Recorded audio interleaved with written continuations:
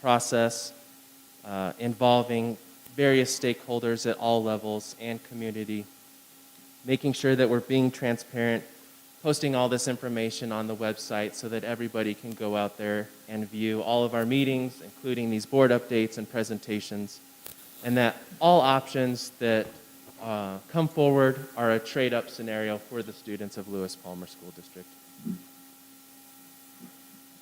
Again, this just shows the options, how we get to the options. Our next step after this community meeting next week will really be to put all the options out there and start to narrow those down for you guys. And our next steering committee will respond to the executive committee's input and start to finalize those options. We do have a fifth steering committee if needed, which we may need just to hone in on those options a little further as we discuss those. And we'll jump right into the survey. So we had the survey open for about 10 days, and it was also open through spring break as well. So we were able to gather about 578 completed surveys. 2 of them were in the Spanish format, the balance were in the English format.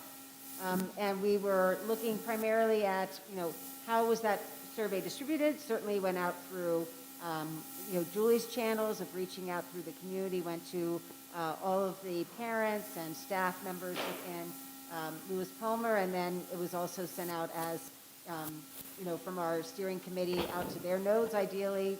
So we were trying to get as many people to engage as possible. You can see the balance of the zip codes. We thought that that was important so people understood where a number of the individuals were coming from in terms of location. And we also were looking at who did reply or who did respond to the survey. No surprise, you had a lot of parents. Those are the ones that have the major touch points within the district, and they're the ones that are going to probably, which is ideal, you want their voices to be at that table. We also had community members, a number of students, and certainly employees and teachers, and then others, which we will look at on the next page.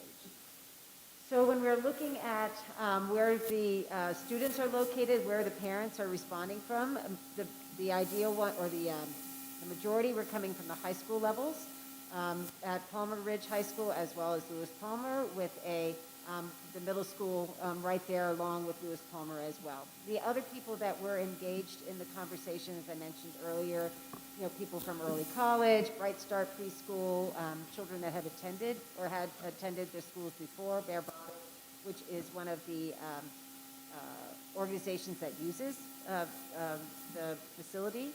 Am I not close enough? I'm sorry, Julie. Sorry. And then we also had people that had gone through Palmer Ridge as well as Lewis Palmer High Schools. And we also had people that were going to have kids in preschool. So they're looking to, what's going to be in the future. Now on the next page, we also wanted to talk about what programs and understanding what the touch points were for people that were engaged with the Grace Best facility. And I'm not going to read through all of these. You can see the numbers yourselves, but we did have about 60% of those that did respond didn't have a touch point with the facility, as the 30% or 40% had some level of engagement. And for those people that did have some level of engagement, you can see across the next table over, we had people that were involved with the fair. There was the books fair. There was robotics, the homeschool enrichment academy, et cetera. So those people that said what their touch points were are listed in that table. So may I ask a question here? Sure. Based on that demographic review of the respondents, are you pleased with the breadth? We're pleased that we had that many people respond, and we're pleased with who came across. Yes, we are. Would we love more people engaged? Absolutely, which is why we're having those community dialogue conversations of a couple weeks ago where we had about 50 people or 60 people in the community were engaged with us. And then we had another one next week, which we're hoping we get more people to engage as well. Do you feel the volume is sufficient to represent our community? To represent our community? Statistically speaking. I would say it's a fair number representation. I would say that when you're looking at community overwide, your parents, like I said, those are the ones that have the touch points, versus what you might say the business community, did they come to the table in the same way as the parents did? They were only, I think, if we go back to the table real quickly, they accounted for about 30% of the respondents. So I'm not surprised by it. You know, we're normally going to have in these types of surveys, the predominant force is going to be the parents, because they're the ones that are the touch points. If you wanted to do a more statistical survey, we can talk about what that would look like, and that would be more asking people what they think about the option or options that are presented to you all at the end. So, go ahead. I was going to say, I think since we're focusing on a single facility right now, there may not be as much interest from the community in that. If we were doing a district-wide Facility master plan. Mm-hmm. master plan looking at all the facilities, I think we would have more people taking the survey, and I would expect more from that. But I think just focusing on Grace Best, people who are involved in this process, I feel like it's a good amount for now. Of course, we'd like to have more.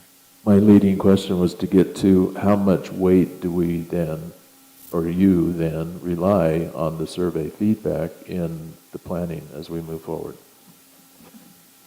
I would say that it is the data that we have to rely on at this time. And when you consider that 60% of the people who didn't have a touch point with the facility itself, but wanted to be a part of the conversation, that meant to me that they wanted to be engaged and that their voice was critical. And so I believe that those people that showed up that really didn't have some level of my kiddo's going to Barebotics, or my child is in the homeschool enrichment program, these were people that did not have that level of involvement.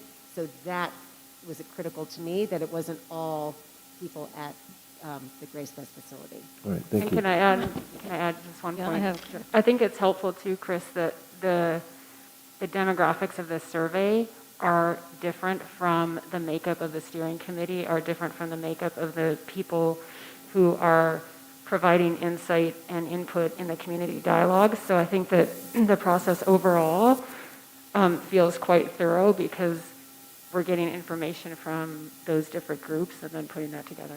Yeah, but the survey is one source of Yes. data. I got it. So can I tag team also on that? Is there a way that we can touch even more, get the word out even more for the next community dialogue that's coming up on the 14th? And to Chris's point, I think that, and to your point, Grace Best, our facility, our parents need choice and our students need a safe and healthy and relevant place to learn. But our community, this community in particular, has an expectation that it's their facility, it's their tax dollars, and so the feedback has been that we ask permission, not tell them.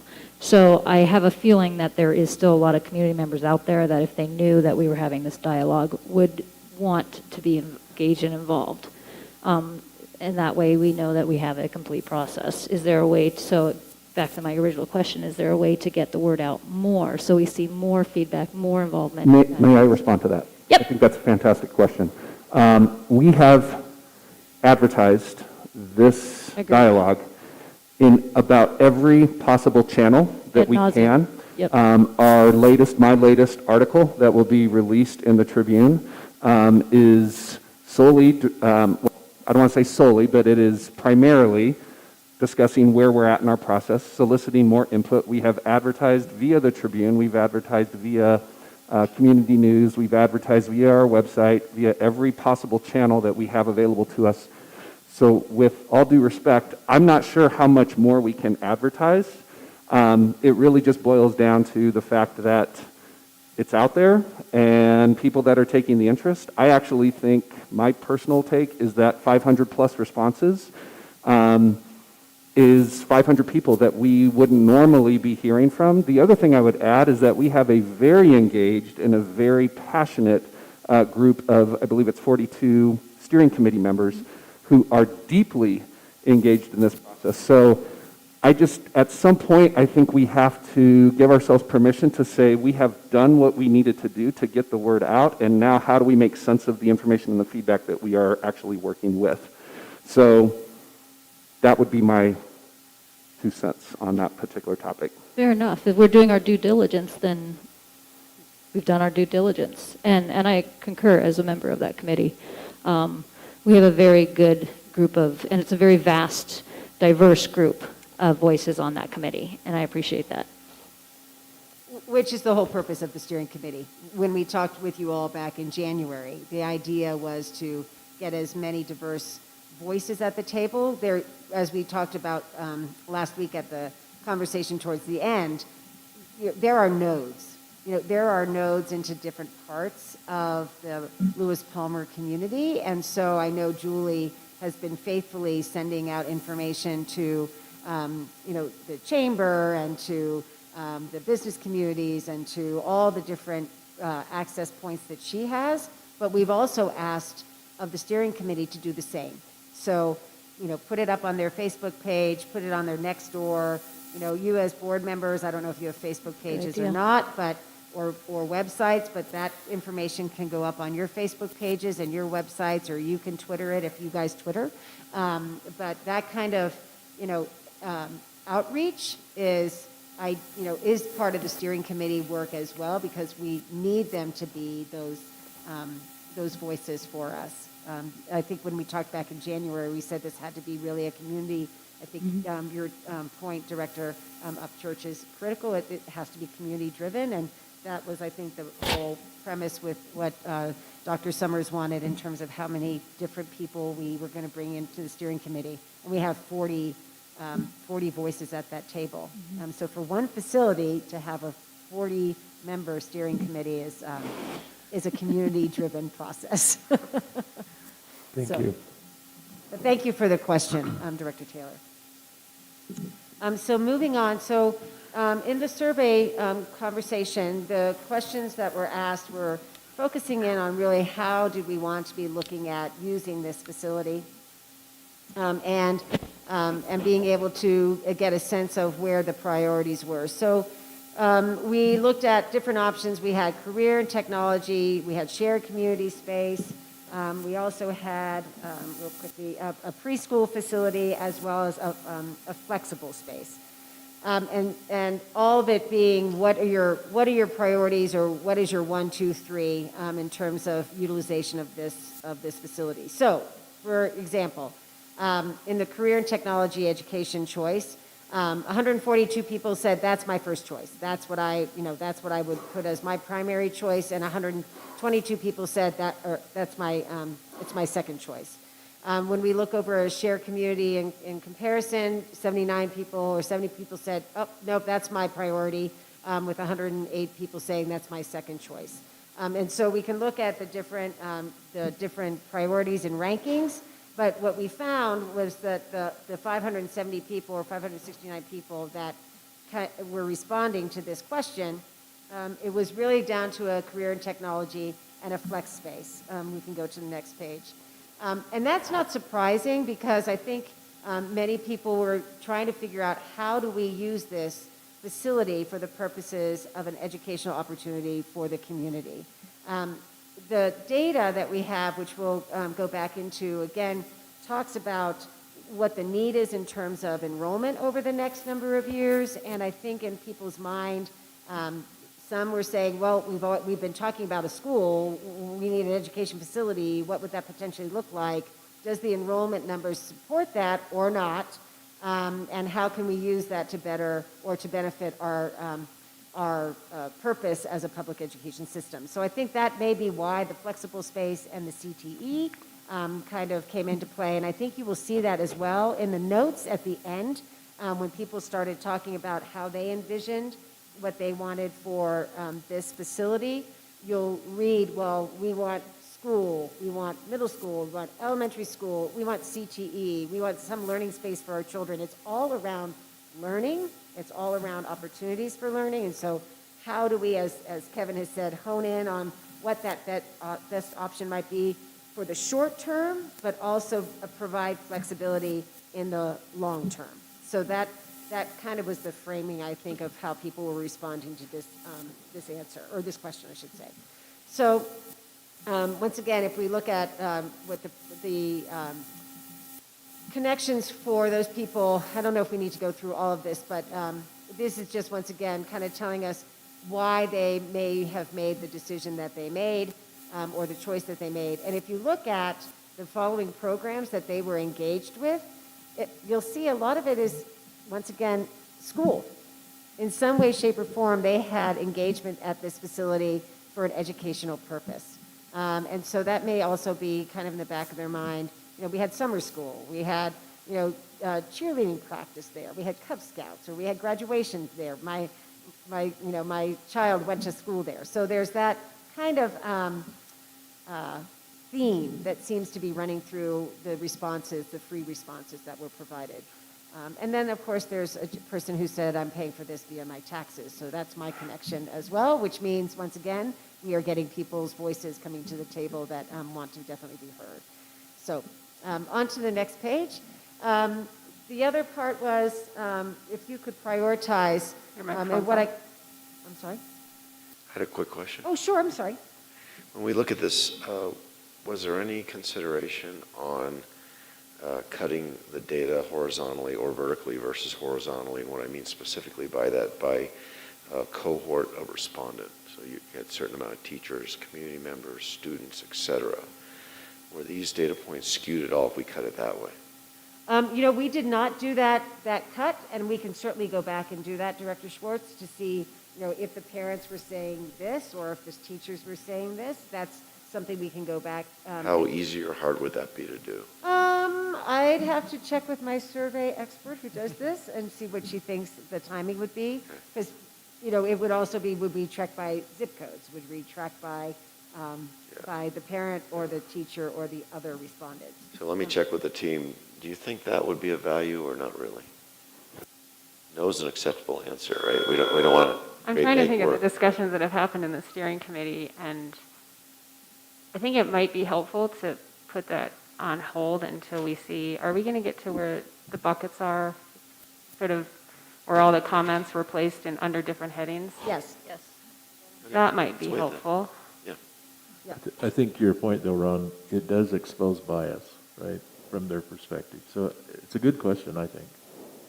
Whether or not we do something is, Well, let's chat about it when they're done, just Right. to be safe. I don't want to create Let's see what you think when we get to those. I don't want to slow the process. I just Yeah, want to and I don't understand know- the animal, that's all. Yeah, and I don't know if it would slow the process or not. I can check with how much time it would take and provide it to Dr. Summers, and he could circle back with you all and see what you would like Thank you. about that. Yeah, and the only request I'd have is it also be presented to the steering committee then as well. Absolutely. Just in case it produces any more And- thoughts there. Yeah. And potentially also, if we can get it done by the community meeting next week, if you guys want that to happen. We'll see what we can do with that. Okay, so when we look at the survey for the open-ended responses, that question was basically, what other consideration would you like us to take under consideration?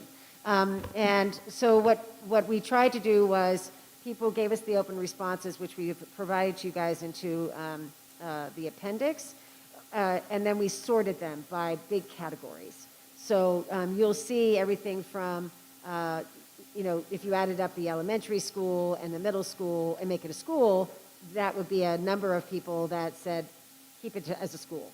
If you look at the people that were saying, hey, what about CTE or flex space or other options, we can group those as big categories as well. But we wanted to at least break it up a little bit so that you could start to see the comments in a little bit more of a granular way, that each of those voices would be taken into consideration when you guys are reading through all of them, so that it wasn't just one big, make it a school. Well, what type of a school? Or make it a big open community space. Well, tell us what kind of space you would want. So we were trying to give as much granular breakout for you all to be looking at. So when we go to the next page, please, we'll go to how the school is being, or how this facility is currently used. And What I did is I took what we did with the steering committee. The second steering committee had the opportunity to have presentations from each of the groups that were using the facility at this time. So these are basically their words, specifically for the transition program, and I kind of added a little bit more depth for the homeschooling program, and I tried to be a little bit more concise as well for Barebotics. But the transition program, once again, is a federal and state mandated program, and it's working with children as they move beyond the K-12 experience, and we provide them opportunities for learning through their 21st birthday. Ideally, building life skills, as well as trying to provide opportunities for them to explore opportunities to find jobs or to find work experiences that would align with their skill sets. When we look at the enrichment program, we've served about 140 kiddos in that program. It's a K-8, and it's focused on enrichment in the drama, music, physical ed, and art areas. And then we look at monumental impact. Barebotics is basically affording high school students the opportunity to explore technology and engineering career paths. And then I broke out, excuse me, how they're using the space right now, that they have an MOU with you all on the space that can be used for the purposes of their team building and their work that they do with their students, and the time that I also put in there so that you guys have an understanding of how much time is actually being spent with these children and the opportunities that they're being afforded. They are a 501c3, and they have an MOU with the district that was set in September of 2020. And I don't have access to that MOU, but Dr. Summers, I don't know if the board has any questions related to that. I would defer to your expertise in that space. Sure, we're happy to provide any clarification as needed. When we move along to facility and district data, this is what the steering committee has been looking to over the past couple of rounds. And Kevin, do you want to just go through Sure. the facility itself? So looking at this map, this is based off what CDE did on their assessment. And we use this map to stay consistent with the work that they did on the facility condition assessment. One thing that I do need to put a little note on here, there has been some question about when the actual gym was built. And so just for consistency, I kept it here as saying 1959. We do know that gym was built in the 60s and possibly renovated in the 70s. And if there's anybody out there listening that has the old drawings with dates on it, we'd appreciate that.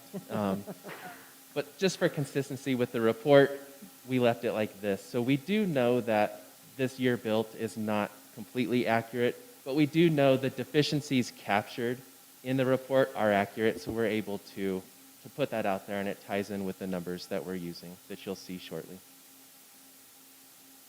One thing we've been talking about with the steering committee is the facility condition index, which is the cost of all the identified issues versus the cost of the replacement. And so don't hold on to those numbers too much. We know if we did build another 60,000 square foot facility, it would cost more than $16 million. This is just a calculation used on the current systems that are in there, and that's a one-for-one replacement of the deficiencies. We would obviously use updated systems that have come a long way since 50s, 60s, 70s, and beyond. And this just gives a breakdown, a little more granular I'm sorry, breakdown. before you continue. Yeah. Dr. Summers, is the green area, is that the Palmer Lake preschool? The 3,000 square feet that was built in 79? Yes, it is. Okay, thank you. Yep. Sorry, I kind of jumped over that. So again, when you look at the FCIs, I guess I could also touch on, once you start hitting that 60% mark, for some districts it's 50%, when you start looking at, is this a good building to invest money into? Because maybe you cannot reconfigure some of the areas. We know in the 59 portion of the building we have a lot of cement block walls. You can't run any electrical or HVAC through that. That number starts to increase exponentially. And when you look at it and say, okay, we want to renovate this, once you actually put new construction dollars to that, that cost can be over 100% FCI versus just scrapping it and replacing it. So that's why we kind of put the pour at 60%, so something just to keep in mind as we look at the next slide. When it breaks this down, we do know 79 pre-K building is in fairly good shape. They just need more interior cosmetic upgrades at this time. The 88 addition needs that as well. Some of their bigger things are roofs and HVAC. The nice thing about the 86, 88 two-story building, different materials used, so it would be a little easier to renovate. And I think the steering committee's understood that. And when you look at the 1959 main building, that's where some of those spaces may not be adequate. And this is where you see it at an FCI of 51. This would be the place where it's really hard to reconfigure those rooms, make it ADA accessible, etc. So that would be a concern of mine if we really looked at renovating that. Could be a potential where that cost is going to increase significantly. Here's just historic enrollment. As Susan mentioned earlier, as we look at this, we did have a COVID year, 2021, we saw that drop. But looking forward on the projected enrollment for next year, 6844, and out to 2027, 6907. We see that staying pretty flat. May want to look at getting that updated in the next year or two, depending on how it is when kids come back. We're seeing a lot of districts interested in that and getting those updated. So something just to consider, but right now, based off the data we have, we think enrollment's going to stay pretty flat going forward over the next 6 years. This gives a breakdown, a little more granular breakdown of information on each school within the district. I'm sorry. Go ahead. This projection, you used our demography Yep, report? Western This isn't demographics. your No. representation? This is came- West- We use Western Western demographics. demographics. Thank you. Mhm. So with this shows the building design capacity based off of square footage and building type. It also shows the current utilization and students served. We can see Palmer High School is just over the 100% mark. And what we like to say, depending on the school type, elementary, you want to be at the 80 to 85 to 100% utilization. Middle school, high school, the 85 to 100% utilization. So when we look at this, your elementary, middle, and high schools are all sitting in that sweet spot currently for students served. And based on the data that we see, we don't see any of the facilities underutilized or overutilized. Again, Palmer Ridge is just at that 101%, but still able to handle it. I mean, up to 105%, you're still pretty good based off the programming.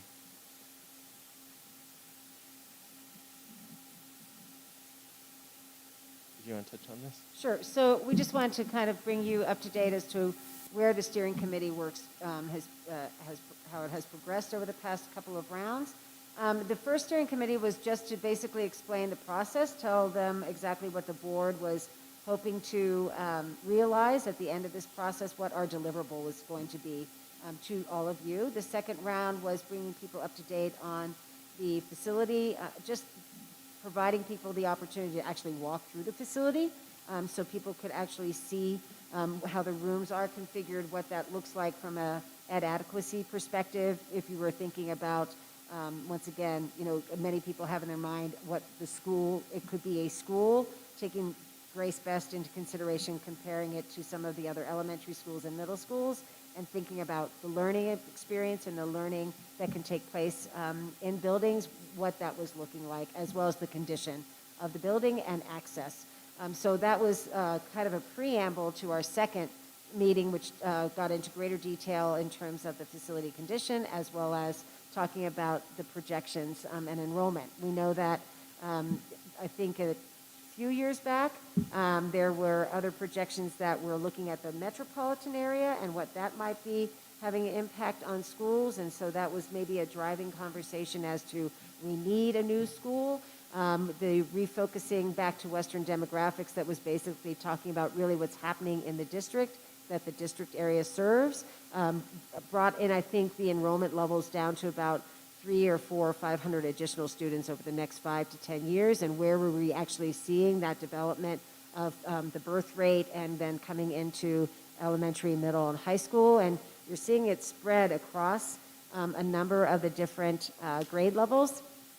And so when you think about talking about what the projected enrollment is going to be and what the impact would be on the need, that was a focus of that meeting as well. We also talked about the survey discussion, trying to make sure that we were asking the right questions. We could have had a survey of 20 questions, I'm sure, but we really want, this is a one building conversation. And so we really need to have people focusing in on what can we do with this facility that can benefit students and be in alignment with the strategic plan, hence the shorter survey work that was asked. Then this past round, we did the review of the survey results, and we also asked them to respond to some of the questions in terms of, as we start to think about what options could be available or what we might want to have possible at this facility, let's start to narrow it in a little bit. Take the big picture and start to funnel it in, because we could spend a whole bunch of time on the big picture and be in the forest and not the trees. So we really wanted people to be funneling in or focusing in on opportunities. So in the next page, the big picture that we talked with them from the very beginning was, how is this work aligning with the board's objectives? And so, we want to make sure that we're providing an equitable, culturally responsive learning environment. Check, that's what we have as one of our guiding principles. So we wanted to make sure whatever option we're coming forward to the board, that's part of that opportunity. We also want to make sure it's innovative, that we are providing not only we're kind of already into the 21st century, where are we going into the future, and how does this opportunity provide a new pathway potentially for Lewis Palmer?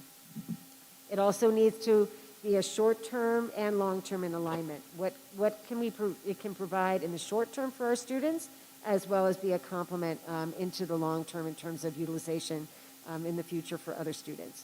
And then what the different scenarios, planning purposes, what are we looking at, and collaborative conversation. We want to make sure that is a part of the work that we're doing, which we are.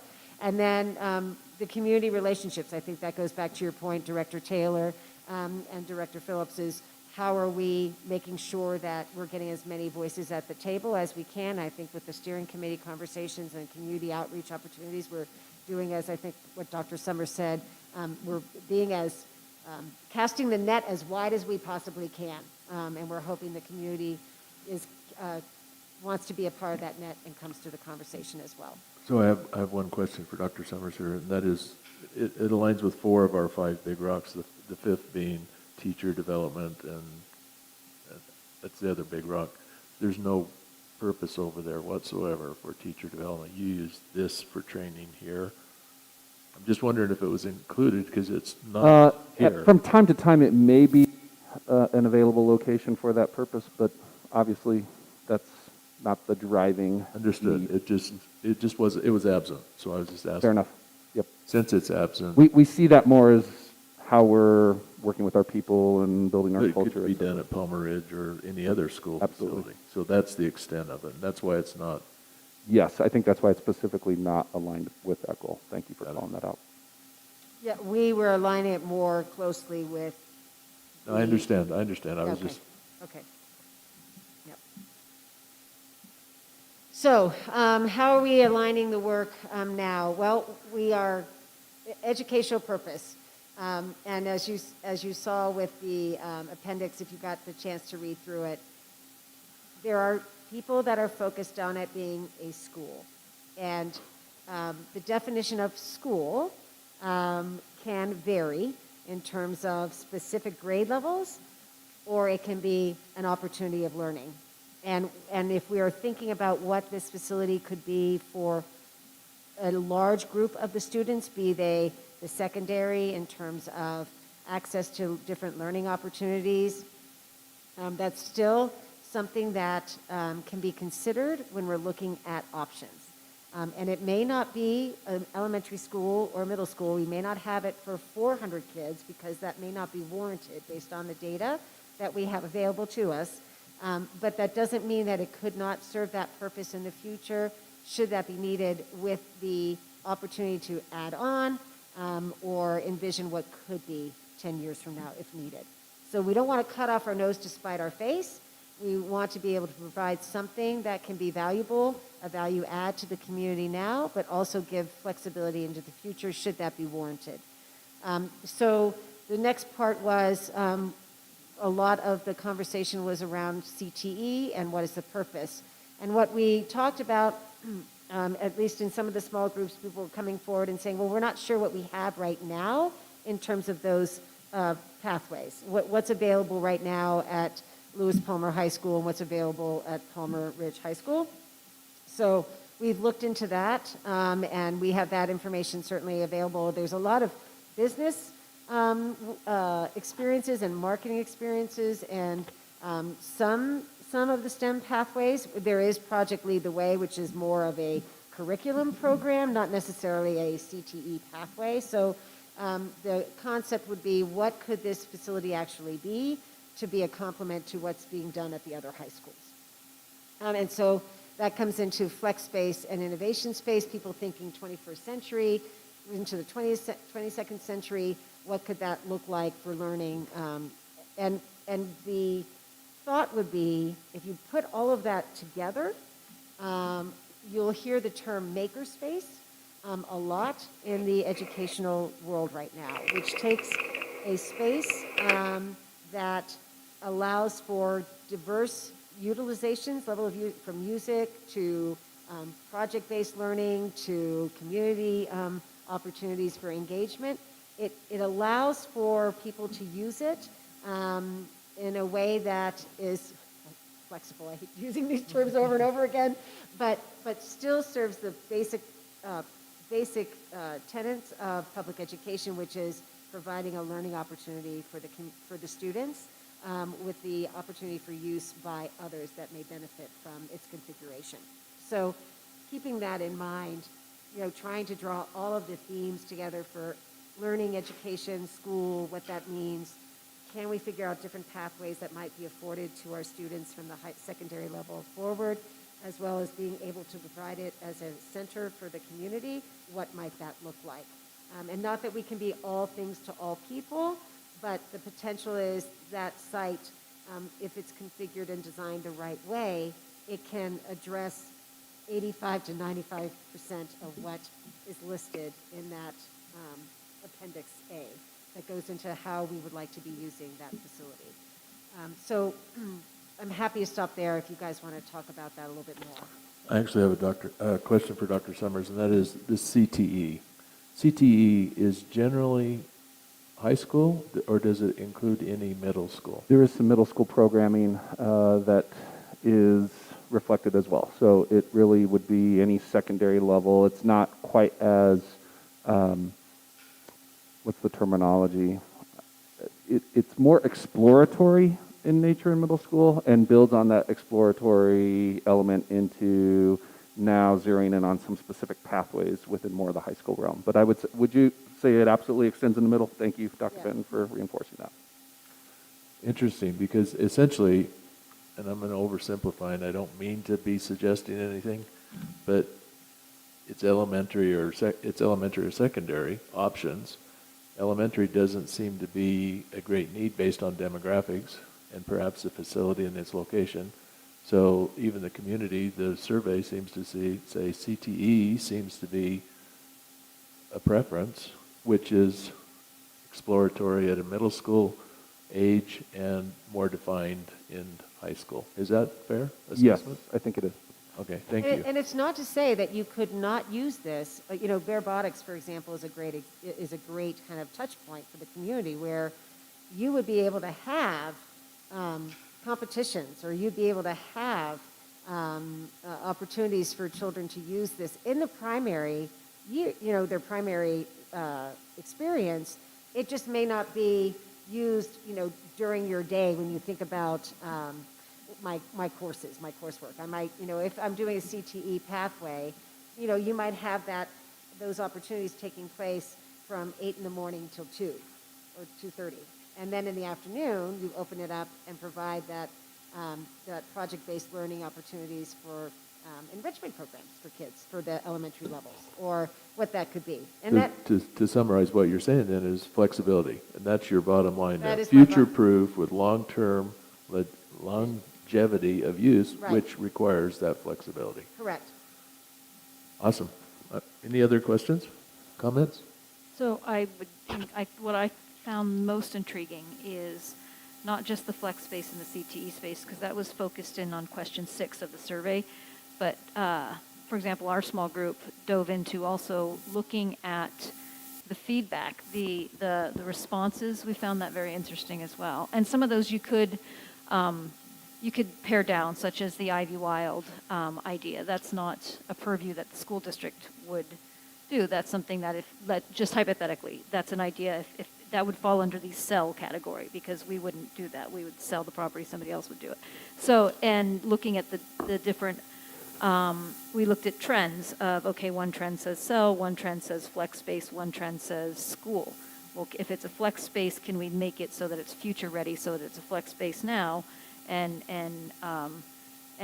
making fiscally wise decisions, and with the option of later down the road, who knows what our district will look like as we grow. So I found that very interesting, was the open-ended responses of the survey. So again, the purpose of your group is to put together the facilities master plan for this site. There's another group following this, I believe, that will focus on, well, then what do we do for the district? Is that accurate? I mean, like Tiffany just raises some ideas, and there's lots of ideas raised in here. We're not selecting one of these ideas, as I understand it. I think what I'm understanding is we're saying, here's the facility, here's the potential options, this is what your community feedback, your steering committee, and everybody is suggesting. So what do we do with the physical facility Right, to enable the future correct.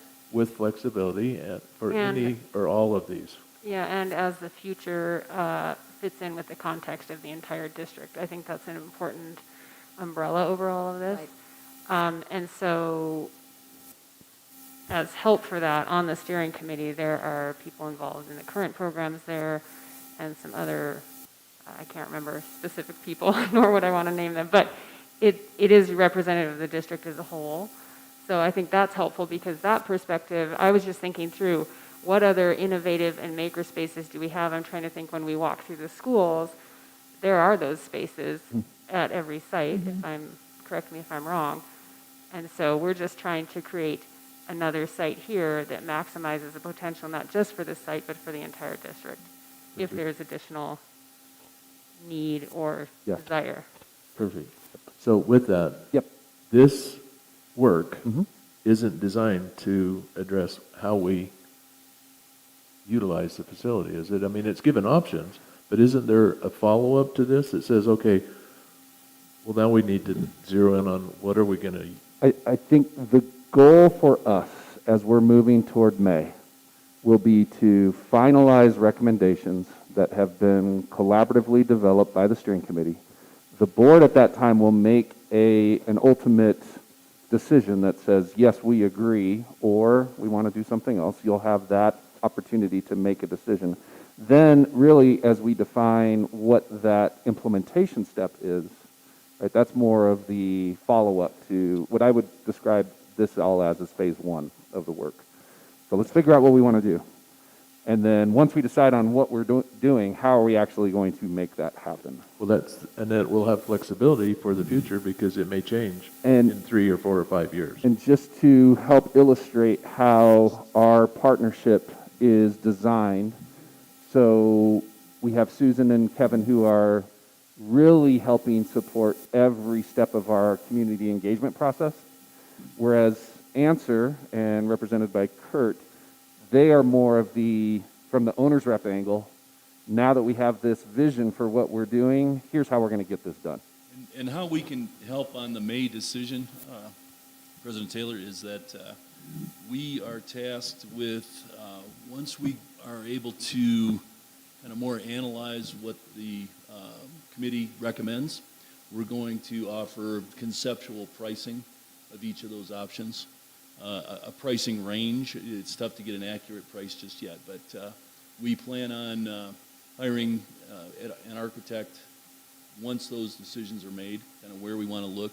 But what we're able to do, both with historic numbers, and we see a lot of bidding from contractors every week. Prices are not going down, but nonetheless, we'll be able to provide at that May, our next board meeting, conceptual numbers of each of those options. And those range from, Dr. Summers tasked us with, range of costs from do nothing, which involves some serious annual costs, but demo the building, sell it as is, all the way to a full remodel. There are 7 different scenarios, and I'll provide conceptual pricing for each of those for that May meeting. Well, thank you. That's what I was really trying to understand, where are we going? And I'm sorry to interrupt, but we purposely left that out of this whole analysis until kind of late. We didn't want to let the dollars sway what really the committee wants to suggest that we use the building for. Much appreciated. Any other comments or questions? Yeah, I was just going to say, I think that the reason that this is so vital as we're going through and these presentations are so vital is this, we have to show our long-term and our short-term strategic plan. So to your question of where does this fit in with the next steps? This is, as one committee member said, it is imperative that we communicate that this is an ongoing process. This is a process that has been done, is being done, and will be done in the future. So that we're communicating that. We hear questions like, how come we haven't put Grace Best to rest? Well, this is a process going through it, and how do we as a board communicate how this fits into our plans as we go forward with our long-term and our short-term plans? Well, and I was just trying to understand that process because I haven't been as involved, but I appreciate both of your comments and your participation because it's helpful for you to represent the board and to help solidify what we're hearing. So any other questions for this presentation?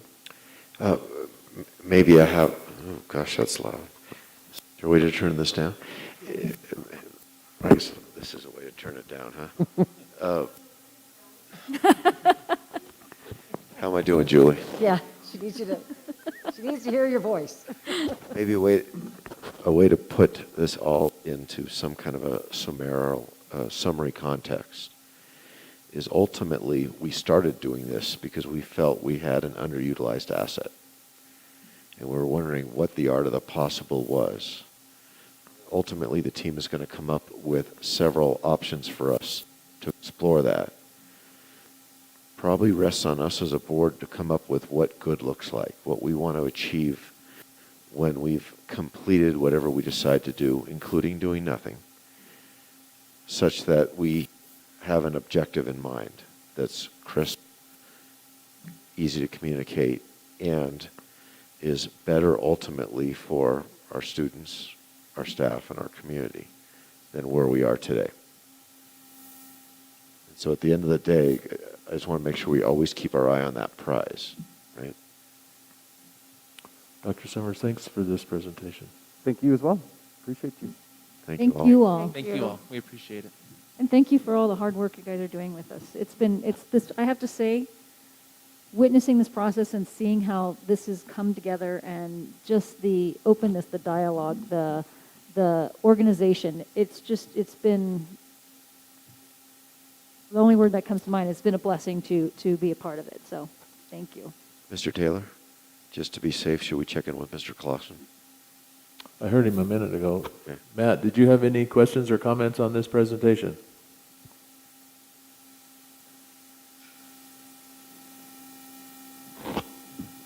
I'm sorry, did you hear me, Chris? No, I think you might have been on mute. Yeah, I apologize. I don't have any questions, Mr. Taylor. Thank you. Thank you. Thank you, Ron. And I just wanted to respond to Director Schwartz's question. We can get that broken out for you if that would be of interest in terms of the categories of how parents and teachers, et cetera, responded. So I checked with the person who's helping me with that, and she said she could do that if that would be That would be helpful to you helpful. all. Okay. I think it could be helpful and it may be helpful to people beyond us. Absolutely. Which is most important. And the process has been so thorough, and Ron, I appreciate the way you framed it. What comes to mind for me is, yes, we want to make the space, or whatever we do with this, serve the district and the kids first and foremost. But right behind that, and maybe it's because Tiffany and I are so into our big rock, but it's the community relationship and how we do this process that is paramount right now. And so far, I just really appreciate all of your input. It's been very, very thorough working with the steering committee. And like I told you before the meeting, you're very adept at keeping us on a timeline and getting the information that we will, as a board, put together and come up with a decision. So thank all three of you. Yes, thanks very much. Thank you. Our pleasure. So our next agenda item is work session C2, Schneider Electric update. Does anyone need a break or want a break? Or should we just carry on? Carry on? Very Oh, good. The feedback went away. How did that? I'm glad. Anyway, so with that said, I'd like to welcome our second guest presenters this morning. So we have Will Schneider, Robert, I forget your last name. Robert Davidson, and Kathleen Pratt as well. So just as they're getting settled, and Mr. Taylor, this goes, I think, to maybe one of the questions that you had, just so that we can tee this up. We have engaged in a deep dive IGA, which is intergovernmental audit. Thank you. I was going to say analysis. There's plenty of analysis built into the audit.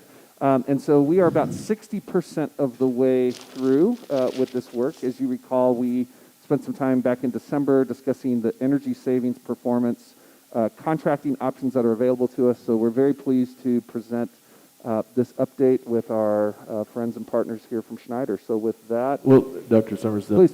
so in 60% and Yes, will sir. be done in May or June? Yes, sir. Similar to Grace Best. It's we- on a similar time. Very similar Right. timeline. In fact, that will be one of the slides that we'll be getting to within the presentation, is what those next steps will look like. Perfect. Thank you very much. Thank you. Welcome. Thank you so much for having us.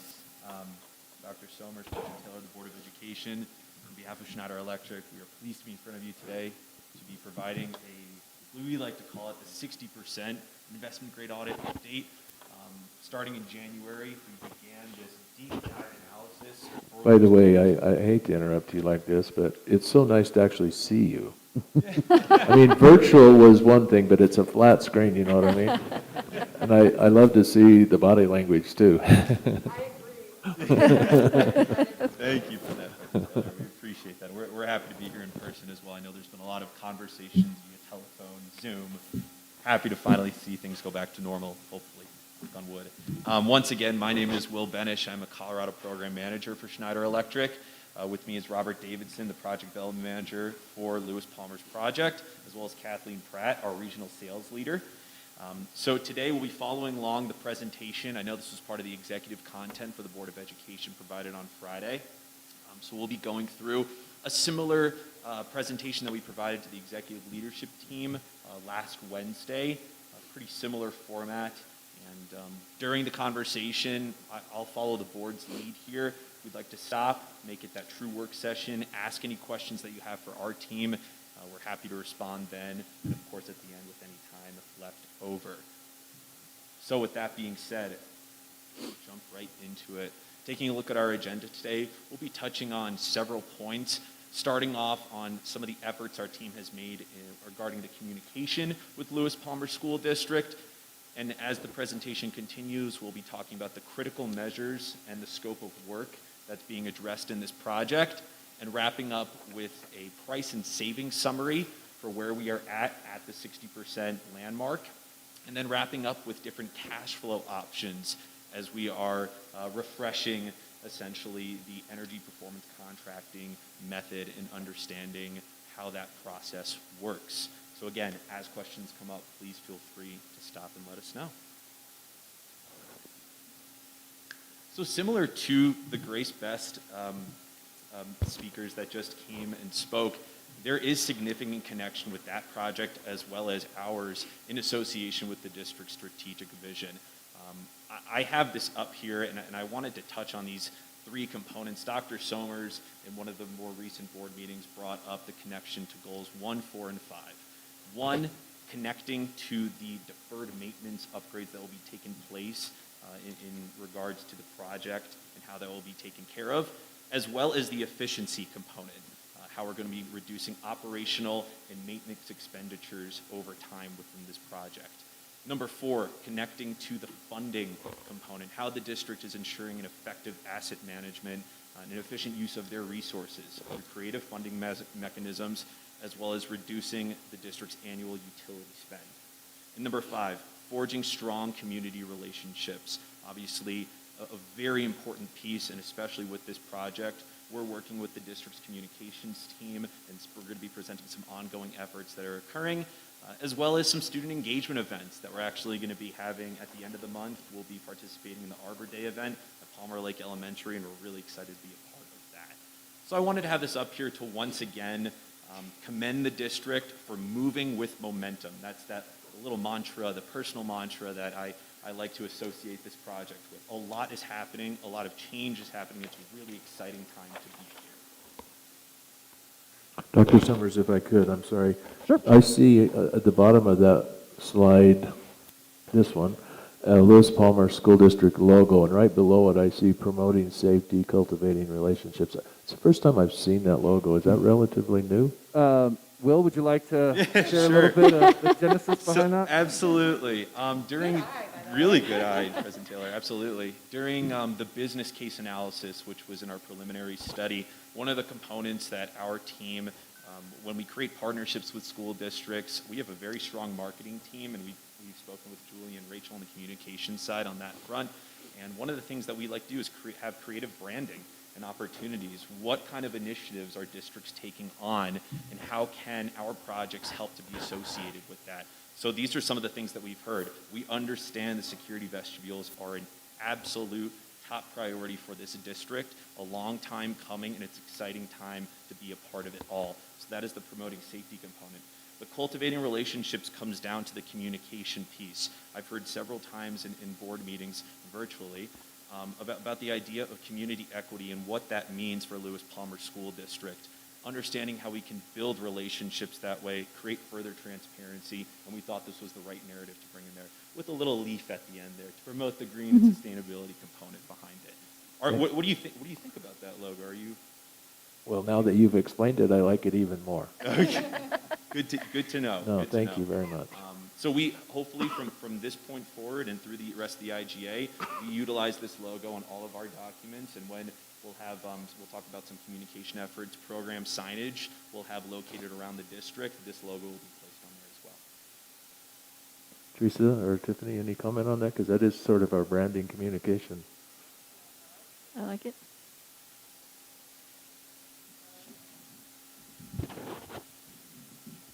No problem. Okay. Well, moving on.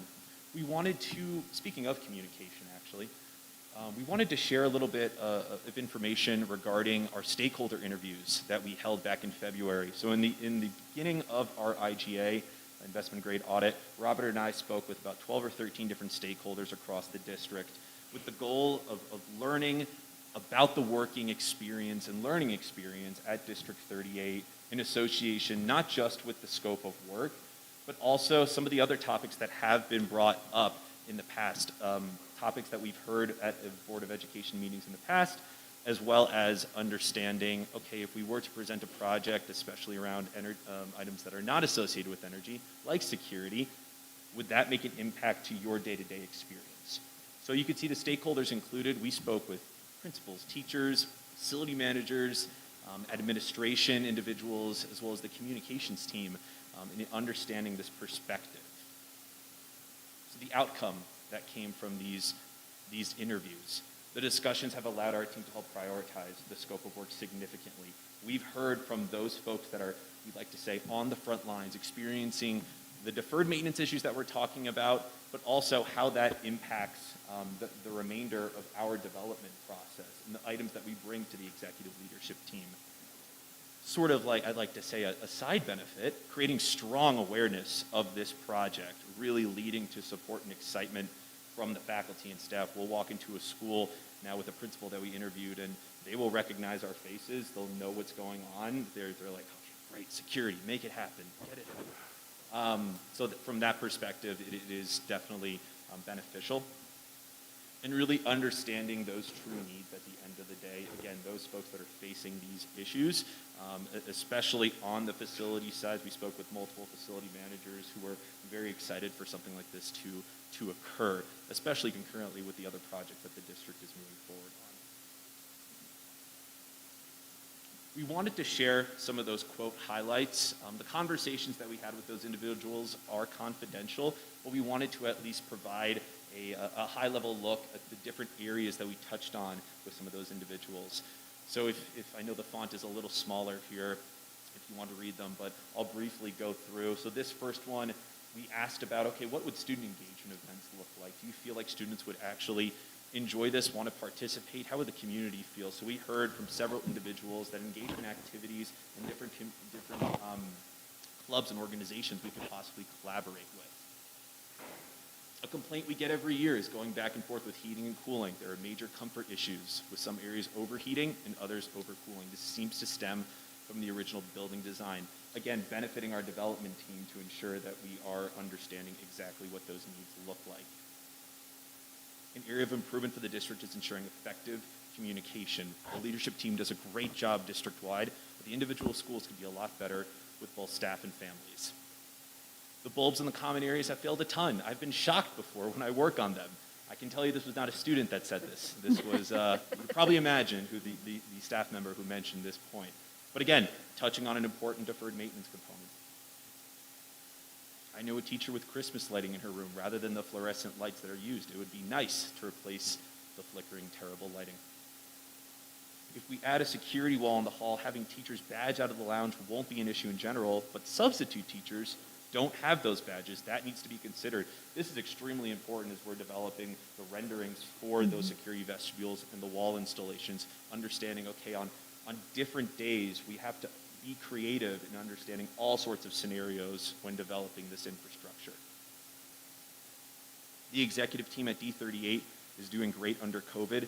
Teachers and administration are all performing well. There is room for better communication, however. And lastly, once again, security is a topic. It's a big concern to our teachers here, whether or not a security vestibule is a meaningful upgrade. The community definitely wants it. May I ask a question about the Please go for it. communication? I think what I heard you say is that's internal communications within the district, not necessarily community communications. Am I right in that? Absolutely. We heard sort of on both spectrums there, internal communication, but also within school districts communicating with staff and families at that individual level as well. So on both levels. Great question. Question? Yes. Sounds like security was a bit of a theme. Was there any definition around what that meant to the respondents? When we mentioned that we would be completing security upgrades. What they think security is to them? What feeling secure looks like to them? Absolutely. You know, it's interesting. We when we had our meeting last week, Mr. Coates was present, and he was mentioning this is 14 years in the making for these upgrades, and it feels like we're pulling into the vacation rental. I believe that is the line he said there. At the end of the day, the schools that these installations will be occurring at are going to make a difference really in the mindset of understanding how it influences the day-to-day for teachers, faculty, students, but also the parents that are bringing their students as well. We heard in these interviews that often, especially if we're talking about Prairie Winds Elementary, where there is a large need for security there, it's a school district it's a school that's farther away from the remaining schools that are closer to 25. The response time we heard from the principal over there is longer if something were to happen. And Robert, if you want to chime in on that. Yeah, I was going to add that it seemed like the primary security concerns were not around cameras, they weren't around additional access control, but more about ensuring that people couldn't get into the building and have access in free reign to get to the students. The ability to lock students behind a closed door. So was it about deterrence or was it about responsiveness? Deterrence. Okay, thank you. And behavior of people who manage access into the building, ensuring that they have the tools Thank to you. succeed.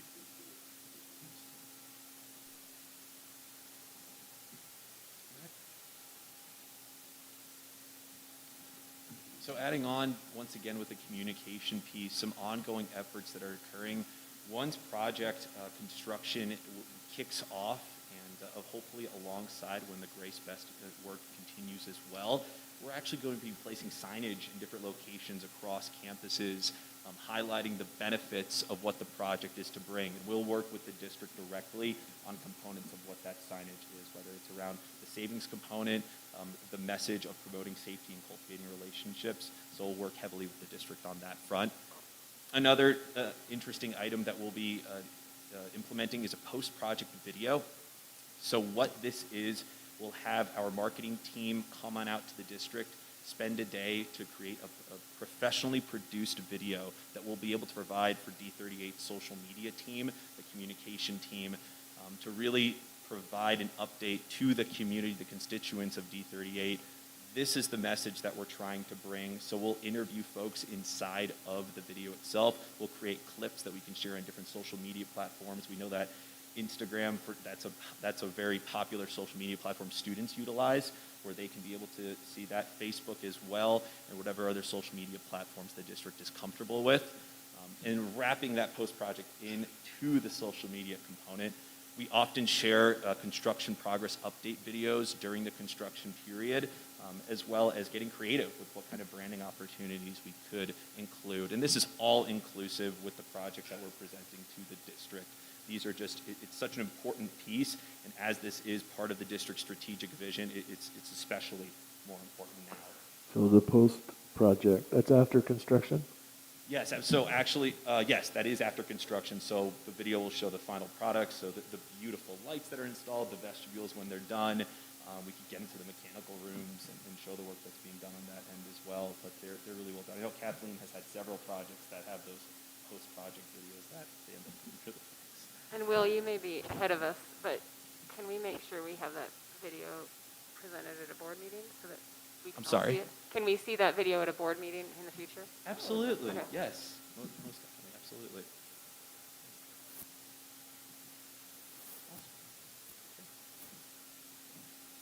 Well, to get into the technical scope, we shared a similar slide with the district, with the Board of Education back in December, talking about some critical pieces that we've heard up to this point. I'm going to turn it over to Robert to be able to talk about some of the critical measures and scope items up to this date.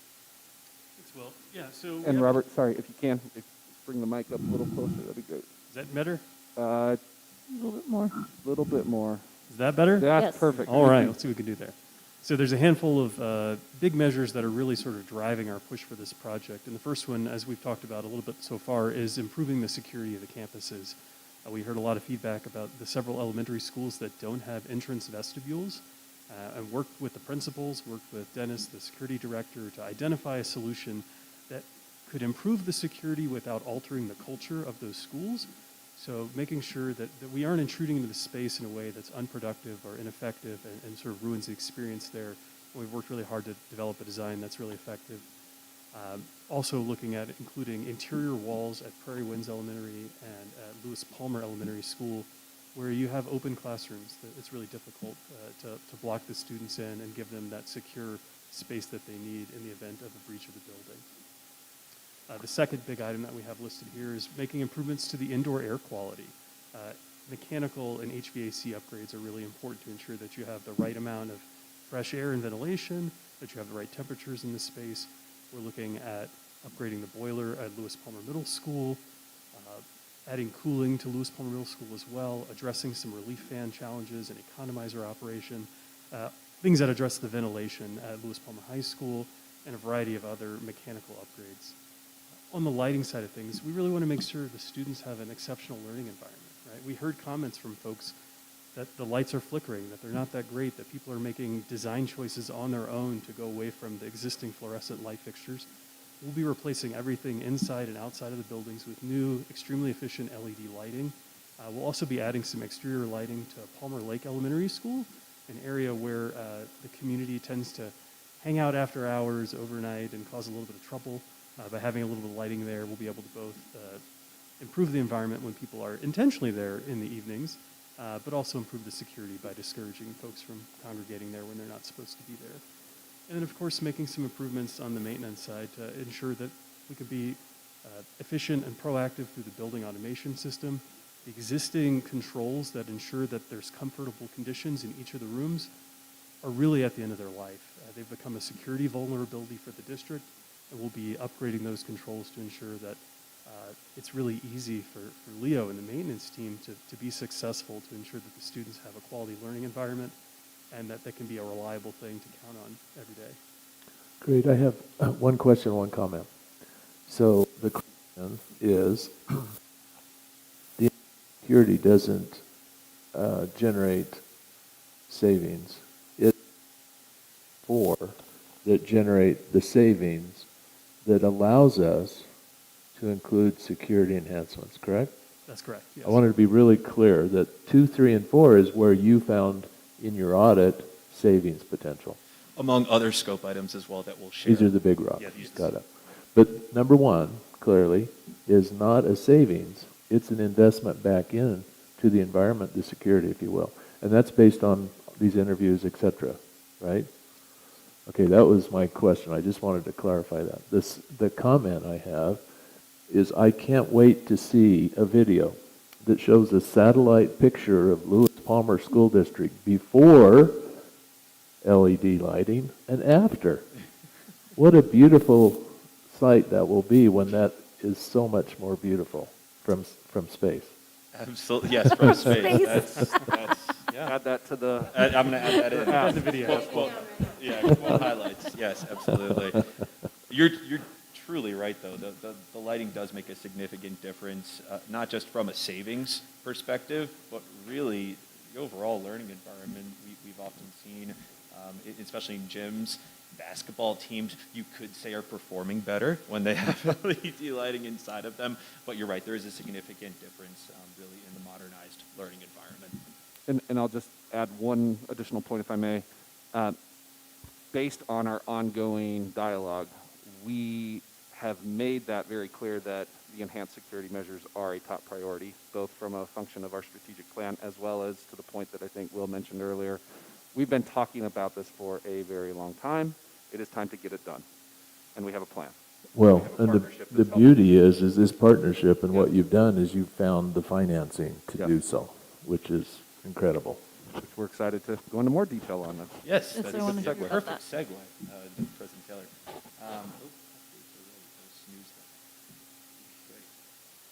So we are going, actually, before we actually get into it, we wanted to share some renderings of the current look of the security vestibules. Robert, did you want to mention anything on the renderings? Sure. So at Lewis Palmer Elementary School, there isn't really a viable solution to use the interior space because of the way that you open up into a hallway, a variety of hallways and access to a lot of different spaces. So we're building effectively like an atrium out in the front of the building, taking a few feet in the front and creating a man trap there, relocating the reception desk to that front corner there where there's some space there. And then at Prairie Winds Elementary and Bear Creek Elementary, it's more of an L-shaped, close to the office side of the wall, carving out one of the doors interior to the building, making what you could effectively call a man trap that you can go right up there to the front office window, present your identification, and have a decision made. Do you get access to the rest of the building or not? Right in front of the person who's making that call, not 40 feet away at an angle where they can't really see what your intentions really look like. So we've got that included in the space. It was really great to work with the principals at those schools because they have their own use of that space, and we could come up with an architectural design. Our initial thought at Bear Creek, as an example, was to just cut across the primary hallway, but they line up students there. It's an important space that they use for the larger cafeteria area in front of it. So it was great to connect with them and understand, what's the life of this school look like, and how can we make sure that we can give you the security benefits you need without altering your day-to-day experiences. Can I jump in real quick? So seeing these renderings made me a little excited, honestly, because being a Lewis Palmer Elementary School parent, I've often thought, how are they going to pull this off? But when I see that, I'm like, of course, that's the perfect place. We've heard that multiple times about Lewis Palmer Elementary, so yes, it is nice to see. So Robert, just a quick question with respect to these person traps. Can you describe the materials being used such that if a dangerous individual was in there with some type of weaponry that would protect those around it? So it's going to be, I forget the thickness of the glass, but it's glass and steel with a film on the glass. It is not fully bulletproof. However, it gives the time for the first responders to arrive and create a safe situation. It's not the kind of thing that you can blast your way through in 30 seconds. It's going to give you 8 to 10 minutes of additional time. We worked with your security team on the needs for that. Okay, thank you. All right. Continuing and talking about the remaining scope items, this is the full scope of work at this stage within the investment grade audit. So you see the big items that we mentioned in the critical measures to address slide. We're also touching on other components regarding in the heating and ventilation side, as well as several miscellaneous solutions. You see the security vestibules is there. The interesting part and something to add on, we're not just implementing scope items at the schools, we're also working at the district office from a lighting and building automation standpoint, as well as the maintenance and transportation offices. So really touching every facility around the district. Any thoughts? With the exception of Grace Beth. Yes, yes. That one's its own special project. We are not, yeah, absolutely. So with that being said, the next slide, we're going to be sharing the price and savings summary at this point, at the 60% stage. I do want to emphasize that these numbers can change from now up until the final IGA report. Again, we're shooting around that May, June timeline in order to present the final solution to the district. So there is still more development and analysis to happen. So please keep that in mind when you do see these. And we were here to work and answer any questions that the district may have regarding these numbers. And yeah, so that being said. Will, can I ask one question? Yes, please go for it. Just my own ignorance. What is plug load control? Absolutely. Sure. So think about like phantom loads in your own home, right? You know how when you turn off your TV, you don't really turn it off? It uses some power. You've got devices like that in your schools as well. Printers, copy machines, things like that in the classrooms. Effectively, what we'll do is we will install some controls on the electrical outlets that serve those static loads so that overnight or during the summers or on the weekends when people aren't there, they aren't in that sort of standby halfway on mode, halfway off, but they're fully off and not using any power. So it's just it's an energy savings measure that, when done correctly, has no real effect on day-to-day occupants. There's an override button there, so if you happen to be there on a Saturday morning when no one was expecting you to need the copy machine, you can press that button and have power for the next hour or two, however it's configured. Can we get those in our home? And just another question about the lighting. So you assess lighting indoors and outdoors at all the school sites. What about the stadium? So in our business case, we considered whether or not it was productive to go try to convert the football field lights to LEDs. And what we concluded is it was a much lower priority than some of the other needs around the district. That is one thing where there's not enough operating hours for there to be good energy efficiency from that upgrade. While it's not inexpensive to go change those lights out, they don't run that many hours a year, and so the energy benefits are relatively limited, and we instead prioritized some other solutions. Okay, thanks. But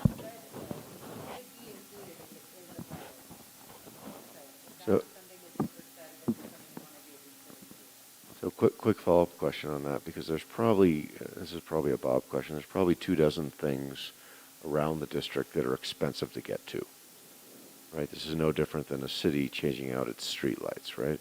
Once you're up there, you want to do everything that you can possibly do while you're up there, like install a camera, et cetera, et cetera. So in a scenario like this, if we say, you know what, this is a B thing, not an A thing, we're going to do it down the road. Once we do have someone on a ladder or a cherry picker up there, does it make sense to switch it out to LEDs? Or do you have to do everything all at once? How does that work?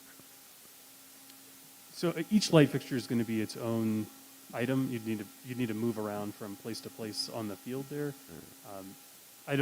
it's not meaningfully more expensive to go do it separately as a distinct project versus now. But as Kathleen said, it is the kind of thing, if that's a priority that we've overlooked, we can get that added into the solution.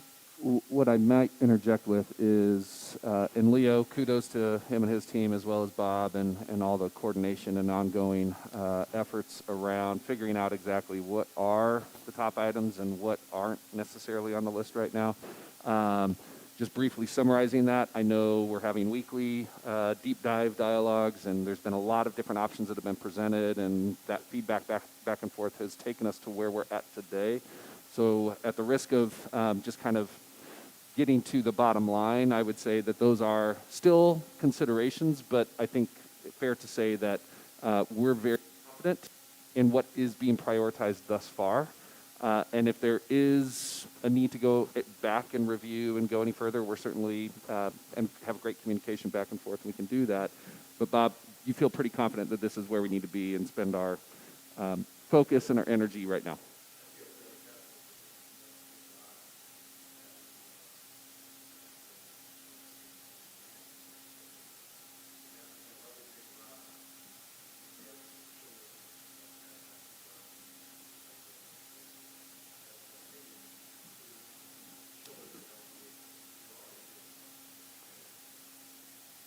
Just wanted to make sure that you know that we're looking at this very, very closely, fine-tooth comb, so to speak, and Well, and that's good, but I really do like the comments and questions because we're only 60% there. So these are considerations that Fair. can still be brought into the discussion. Absolutely fair. Yes, great points, Bottom. Thank you. Thank you. So as I was mentioning earlier, we'll be sharing the cost and the price and savings summary for where we are currently at with the scope of work. Again, these numbers are still, there is still area for them to change. There is a chance that savings can go up, they can go down. That's why we are at this 60% stage. And moving forward, we'll be sure to provide updates on the continued analysis that's occurring. But just so there's understanding of what's being presented here, you'll see in the rows is the scope of work we just shared. In the 3 columns there, the price of each individual measure being presented. And in the bottom of that first column there, where it says that is the IGA price, the investment grade audit price. That's in our investment grade audit contract, equating to that total dollar amount. In the following column, the annual savings from an energy and operational and maintenance standpoint, the savings that are being generated with each individual measure. So yes, the security vestibules unfortunately are not generating any energy savings. And associated with the column to the right of that are the life cycle savings. So through the life of the project, which we're equating to a 20-year term, the district will be equating and seeing near $8.4 million of energy and operational savings. Robert, did you want to add anything on to the scope of work and the price and savings summary? I mean, I think you've covered it pretty well, but I mean, certainly there are questions, like Will had asked me before, or we've talked about it, negative savings for converting the evaporative cooling to mechanical cooling at Lewis Palmer Middle School. That's a line item that maybe jumps out to people. It's because you're not providing full cooling conditioning today. Just like your home utility bill goes up in the summer, it's accounting for that additional energy use there. And it's all in the total effect of the net savings is what we're really looking at, not necessarily the individual line items. I have a question. Go ahead. So where does the Palmer Ridge geothermal, where are we on? I don't know if this fits into this or if it's a separate. A separate project. Okay. So we'd have to go into different detail to give you an update on that, which we're Okay. happy to do. Can you give us a little analysis on life cycle and specifically what I mean? You leveraged a 20-year cycle. What happens at the end of 20 years? Do we need to start replacing things? Should they last? What's the average, I would say, for a use case like ours, and have you been doing it that long to really have some relevant data to compare to?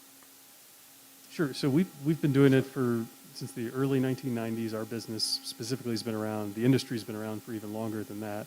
And we certainly had many projects live out their 20-year lifespan and see bountiful savings after the conclusion of the payback period for the project. Each scope item itself is going to have its own lifespan. So the boilers that we're talking about replacing at Lewis Palmer Middle School as an example, They're replacing boilers that are almost 30 years old today. So we would expect additional lifespan well beyond the 20 years of the term of the project. The lighting, it will have a lifespan of about 20 years. It kind of depends on the actual burn hours in each of the different spaces. So places that are used substantially more will have slightly less of a lifespan. Spaces that are used slightly less will have a slightly longer lifespan. But like you do today, you replace your lighting when it fails. And when we're analyzing the maintenance effect, we're accounting for that sort of lighting life cycle replacement in there. To build on what Ron's asking though is, this is tied back, the 20 years is tied to your financing model, right? And so it may have savings beyond the 20, but you don't, because of the financing model, you only need the 20-year savings to pay off. Right, it's equivalent to paying off your house. Right. Correct, yeah, the benefits. And it will last longer in some cases. That's where I'm not in going all is cases. Absolutely. Can we take some windfall savings and do other things with it? Or we need to plan on windfall savings for the next round of capital, to Bob's point, worrying that we're always underfunded for our large maintenance things, right? And I think you'll see some of those scenarios played out in the next few Great. slides. And then the Thank other you. component to that, just briefly, is how do we make sure that we are looking at this project both for what it's doing as well as how it fits within our bigger financial analysis of where we are and where we want to go forward. So there's both of those at play, and Absolutely. I think that's another maybe good segue. Yes, thank you again, Dr. Somers. We're going to be sharing a few different cash flow options to show how savings are impacting the financing over time. Just introducing that topic, an overall funding summary. So as we have been talking about, the financing method is a tax-exempt lease purchase agreement where we are leveraging the project savings to pay for the project over time annually. By Colorado statute, we must ensure in the financing period that the savings are greater than or equal to the annual financed amount that the district is paying. So with that being said, we will be sharing cost-neutral solutions when it comes to the financing and the following cash flows. Again, this is a Colorado statute, also with our partnership with the Colorado Energy Office in following this statute as well. Just to remind me, I believe we asked this question before, but we're dealing with a local bank, correct? Yes, local or in terms national of lenders. the actual funding. It's a tax-exempt lease under the program of the state and this IGA, correct? Absolutely. But it's through a local bank. Through a local bank. Got it. national lender, or- Sorry, not to butt in. I would say it could be a local bank, but not necessarily. So Doesn't have to be. it doesn't have to be, and we do work with some of the large national banks that have a particular interest in financing these kinds of projects. So we would be opening it up to both local and national and making sure we get the best financing for the district. If there are particular lenders, when we get to that point, at the bottom of this slide, we actually have a finance workshop on the 8th, so just on Thursday today, where we'll have our finance liaison presenting some of those lenders. If there's a particular lender the district has utilized in the past, we're willing to communicate and assist the district in that process as well. So outside of the financing, there has been discussions of other possible sources as potentially an upfront contribution to ensure that the full scope of work can be executed. We've spoken about the current ongoing BEST grant application for the Lewis Palmer Middle School boiler, where the match of that would be covered by the energy and operational savings. There's been discussion of the Healthy Reserve dollars that the district has to potentially be used for as an upfront contribution, as well as more recently the federal stimulus dollars, so specifically ESSER 2 and 3, and how there is association with certain scope measures that you see right under there that connect to benefiting the indoor air quality, ventilation, and filtration of the schools.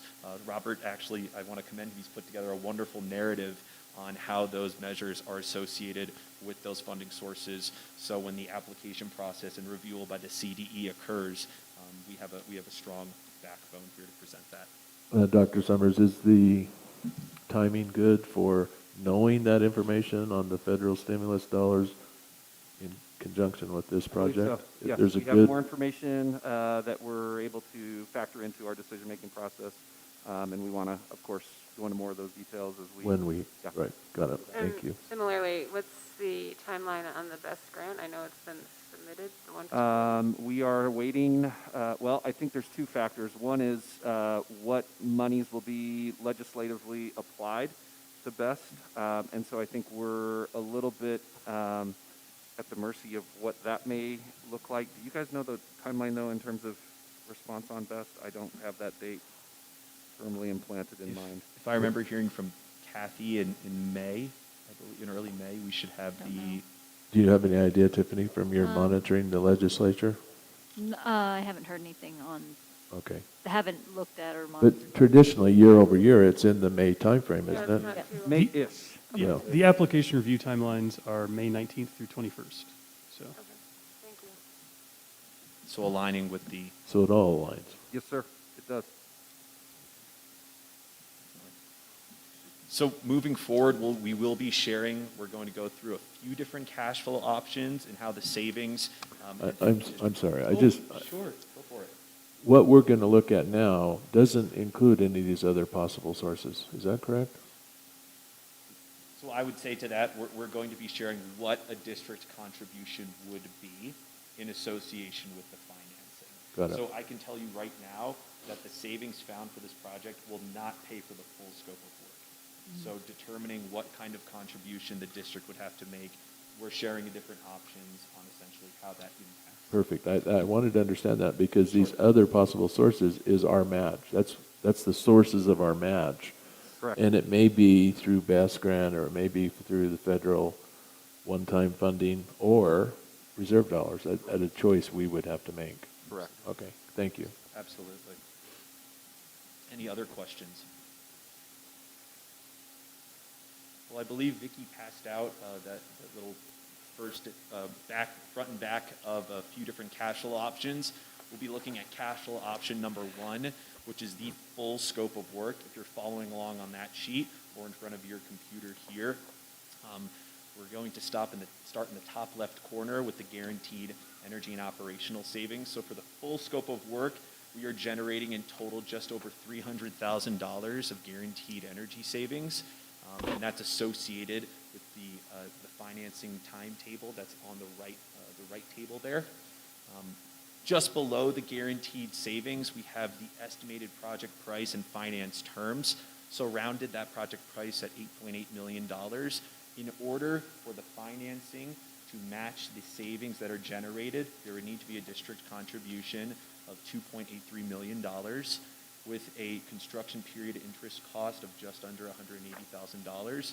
We're estimating interest rates right now hovering around 3%, and for the sake of this being the 60%, that is what we are utilizing here, for a total financed amount of $6.15 million. That total number at the bottom there is associated with the table that you see there on the right. So this is a consolidated look at that full cash flow that you see in front of you. So I will work through these briefly, and please ask any questions that you may have. So looking at years 1 through 20, that first column is the estimated payment.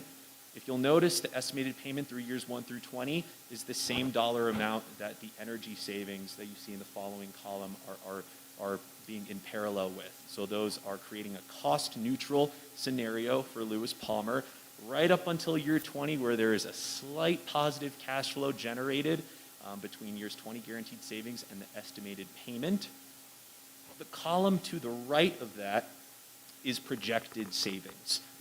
So in order for our team to meet Colorado statute, we have to guarantee our savings to ensure that savings are covered by the financed amount.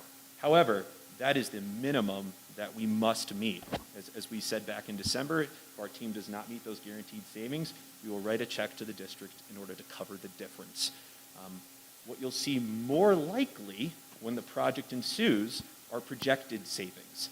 So if you'll notice there in that column, in that year 0, which is also known as we like to say, the construction period, the district will be saving around we project they'll be saving around $175,000. The construction period will most likely be a 12-month construction period. Lighting will be one of the first measures installed. As soon as they are retrofitted and installed, the district will start to see savings. Those are measured by our team, and the district will projectively see that dollar amount in savings during the construction period before the first finance payment is even due.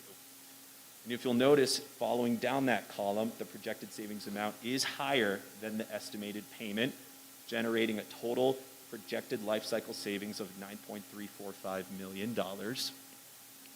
The last two columns are simply reflections of the first three that we looked at, simply the difference of netting out. So we see the guaranteed cash flow.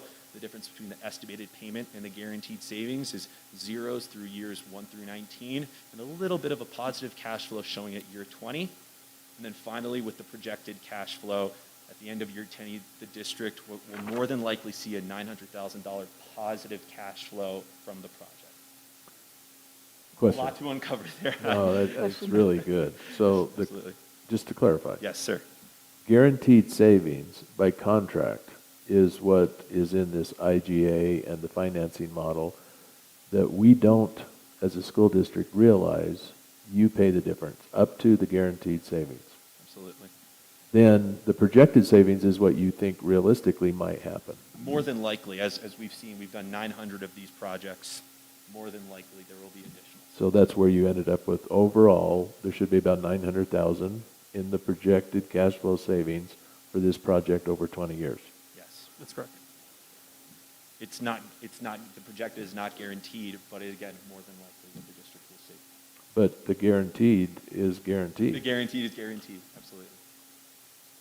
And the financing's based on that, the guaranteed. The guaranteed savings is your risk mitigation. The projected savings is really just the cherry on top. Understood. So the district contribution is obviously not guaranteed, right? It's just part of the cost of the project In order to make the financing. to make this all work. So what it says is we're going to make a down payment, and then the financing will be guaranteed by the savings of the audit by your firm?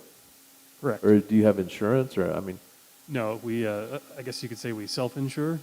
Schneider Electric is a gigantic global corporation, and sometimes when we work with the federal business, they require a parent company guarantee. But basically, we have been able to pay out our shortfalls with no issue. I want to say over the last 25 years, we've in total written about $2.5 million worth of savings shortfall checks to several dozen customers. We try to be really good on the engineering side. as a percentage of total, how much is that? It's between 0.2 and 0.3% of the guaranteed So savings. less than 1%. Correct. Yeah, okay. Excellent, really. Yeah, and what that tells you, I think sometimes people are like, oh, you've written you've written that many checks. Doesn't that mean you're not doing it right? To us, because it's such a low percentage, but also it's because we actually are, the proof is in the pudding. We do write checks if we do not meet it, and that should, I hope, make Lewis Palmer feel better, knowing that that's real. So from a functional standpoint, we enter into this, let's play out this scenario for a moment. We get the financing, we write a check for $2.8 million to begin it. That's our skin in the game, our down payment, right? At the end of 20 years, the projection is we'll have about $900,000 back sprinkled across those years, right? And for our $2.8 million up front, we get all the stuff in a very short window of time, get to enjoy it for 19 of those 20 years. Is that correct? Is that the return on our investment? That's perfectly stated. The way we like to frame it, the district is receiving $8.8 million worth of work for $2.8 million as a down payment, and the rest is. Right. Well, Ron, did I understand you right? The 900,000 is part of the return on that, so. Yeah. Right, So- plus the utilization. We and the essentially write a benefits. check for 2.8. Over 20 years, we net 900 in cash flow in not dribs and drabs, but pieces. But for that, we get everything at the beginning. We get to enjoy and leverage the value of what we're doing to the benefit of the students, the staff, the environment, and hopefully the community. And at the end of that window, we play our cards right, we have a bit of a windfall for a couple of years till the next major capital investment. Yeah. And you get to live in the house you want to live in for all those 20 years. Well lit, No better different than your air, down payment. all the benefits, right? Yep.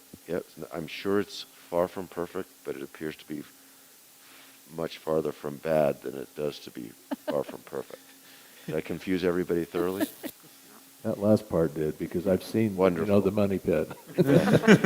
Wonderful. And I've achieved my objective.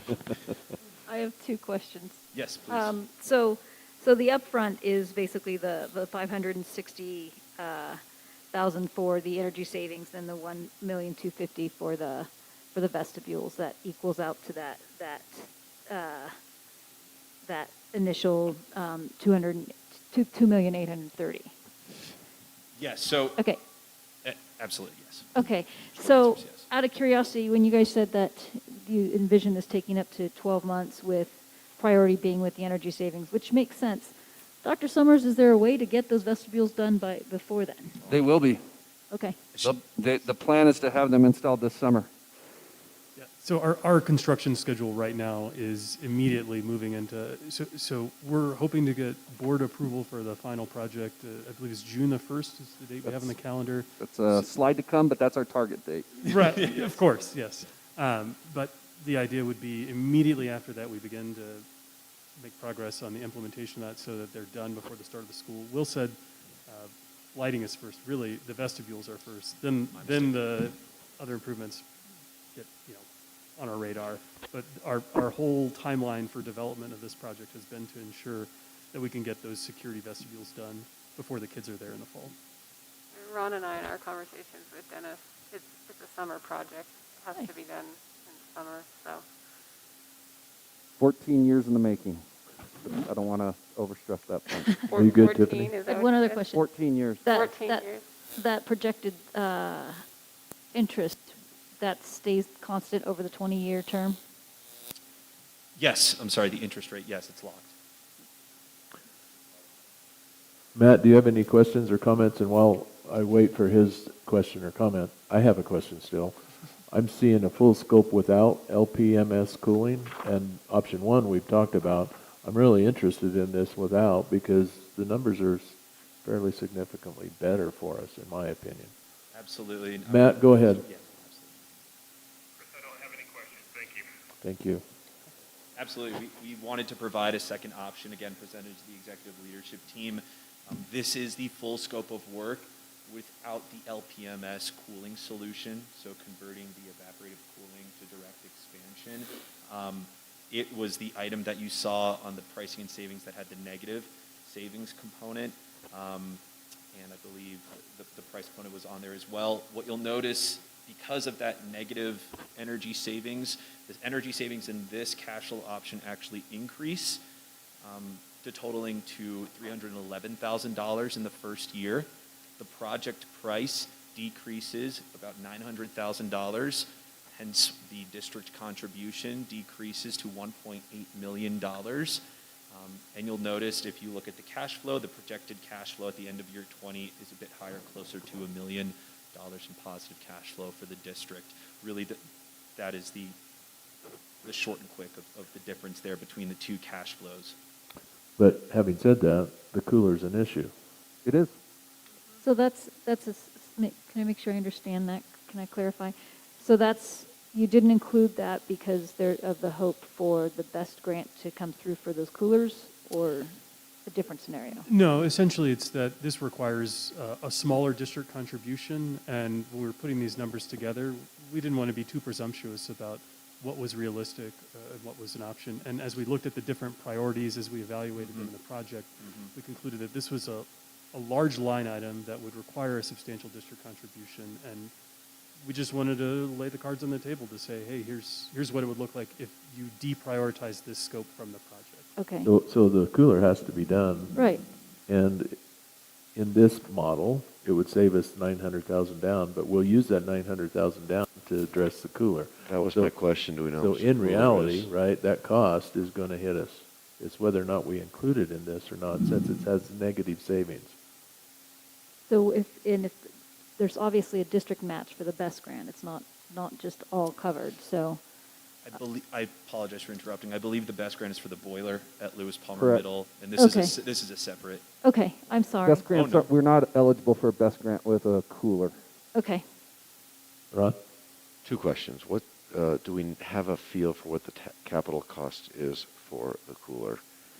Number one, including installation. And secondly, on all the retrofits / upgrades that are part of this contractual agreement, is all the ongoing maintenance and support and potential replacement break fix inclusive?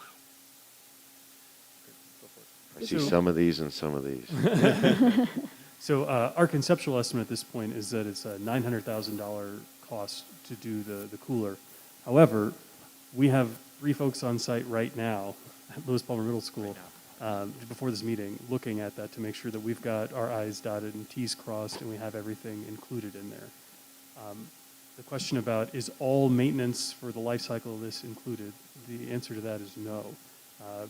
Leo and his team are performing maintenance on equipment today, and effectively what we'll be doing is upgrading it, relieving a short-term maintenance burden for sure, eliminating some elements of the maintenance dramatically, as an example, on the lighting side of things. But we're not going to change all of the filters or do all of the routine things that Leo's team is capable of doing already today. So could you go back 3 slides to where you actually show that line item that we're talking about, where it has the replacement of the bullet? The one after this, I think. Yeah. So it's 900,000 in their estimate today. The annual savings is a negative, and the overall savings is a negative. So what they've done in the cash flow options is, let's do one with that, which is negative, and one that has it in excluded, which then has better savings for this project. In my mind, part of the question is do we want to have the cooler involved in this project because it has a negative impact on their project, and we have to pay for it one way or the other. And it's reflected in that difference in the down payment on the project. So my personal opinion is keep it aside, but that's my opinion. It's monies we have to spend. It's going to be in our budget, Is there a good, bad, or difference in indifferent. timeline? If it's included in your project, does it get done sooner?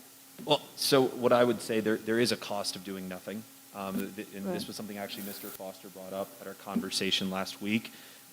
If something even worse, right now, a big complaint we hear about that solution is there's a musty smell that comes from the evaporative cooling at Lewis Palmer Middle. We interviewed the Lewis Well, Palmer wait, Middle I wasn't suggesting doing nothing. I'm sorry? I did not suggest we're doing nothing. Oh, no, of course. I was just mentioning in the But that's future. one of the options. Nothing in the The short question term. was, I think the question that I heard Teresa ask is, can we do that without this project within the district? Sure. On the same timeline. On the same timeline, that's a different question. No. Bob says no. Leo Why not? So if it were included,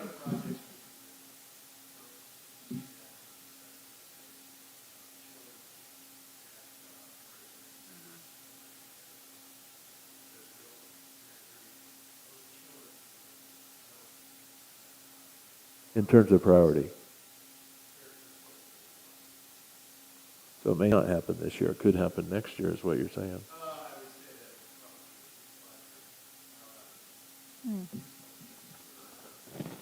When we get to our decision point, we need to understand this factor more than just the cash flow impact, because I think these are That'd be really good helpful. considerations, and we need to Timeline, flesh it cost. out and understand it. Yeah, I'd be curious about the impact to students and staff in the building. I think the best way for us to summarize it right now is the first option that has been presented with the addition of the LPMS cooler would be our ideal state.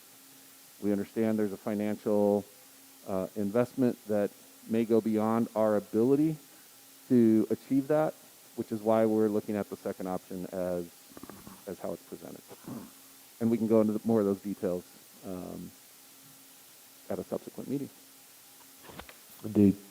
This is very useful, though. Very useful, and I appreciate all the progress you've made. I love the new logo, by the way.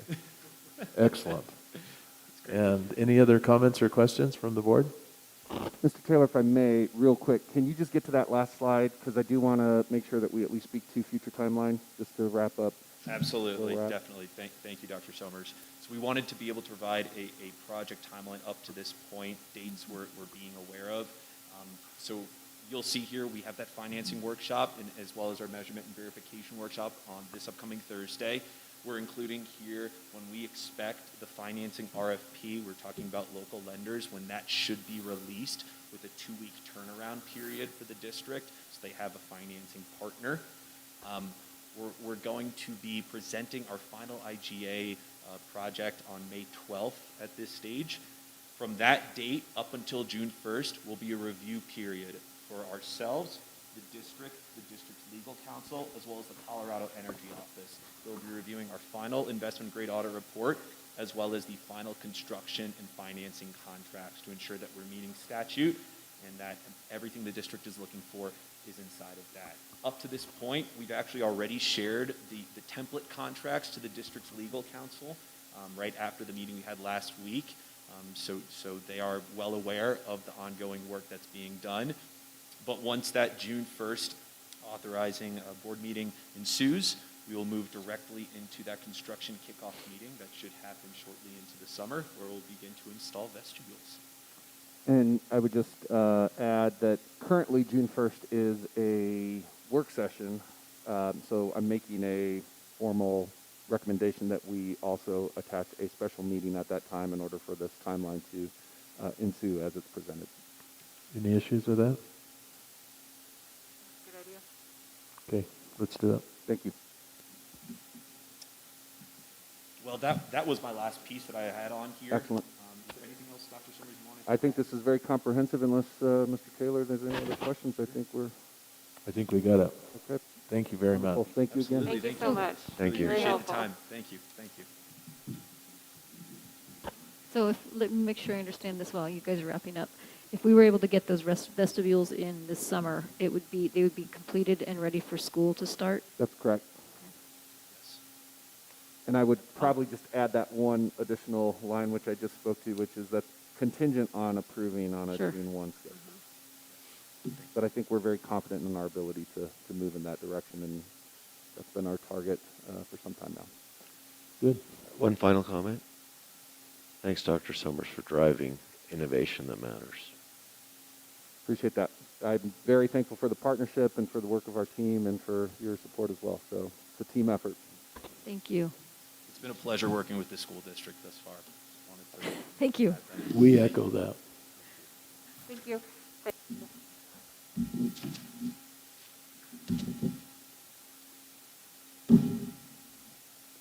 The next item on our agenda is C3, discussion of our modulars.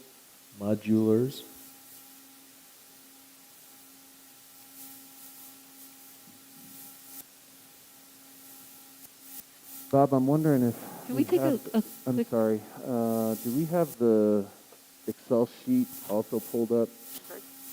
Tiffany would like a break if possible. Oh. Well, let's take a break. May It looks yeah, like may we I took a inquire, break. because I know we're at 11:30 right now, so I had a feeling we were going to be right at this point. How much more time, though? Because I'm trying to also keep in mind we've got other members of our team that are... we could take a break, no problem. Well, no, Trying to no, figure out how let me far just we're ask this question. Can we defer this to another time? I mean, in 2 weeks, we're going to cover it, right? Approval of this, whatever the plan is. We can. I think we can get this down to Well- a 5-minute, though, so I appreciate 5 the need minutes? for a quick break, and then we can You do bet. this in Let's do 5 that. minutes. We'll take a 5-minute break. We'll reconvene in 5 minutes for this essentially final presentation. Perfect. Thank you.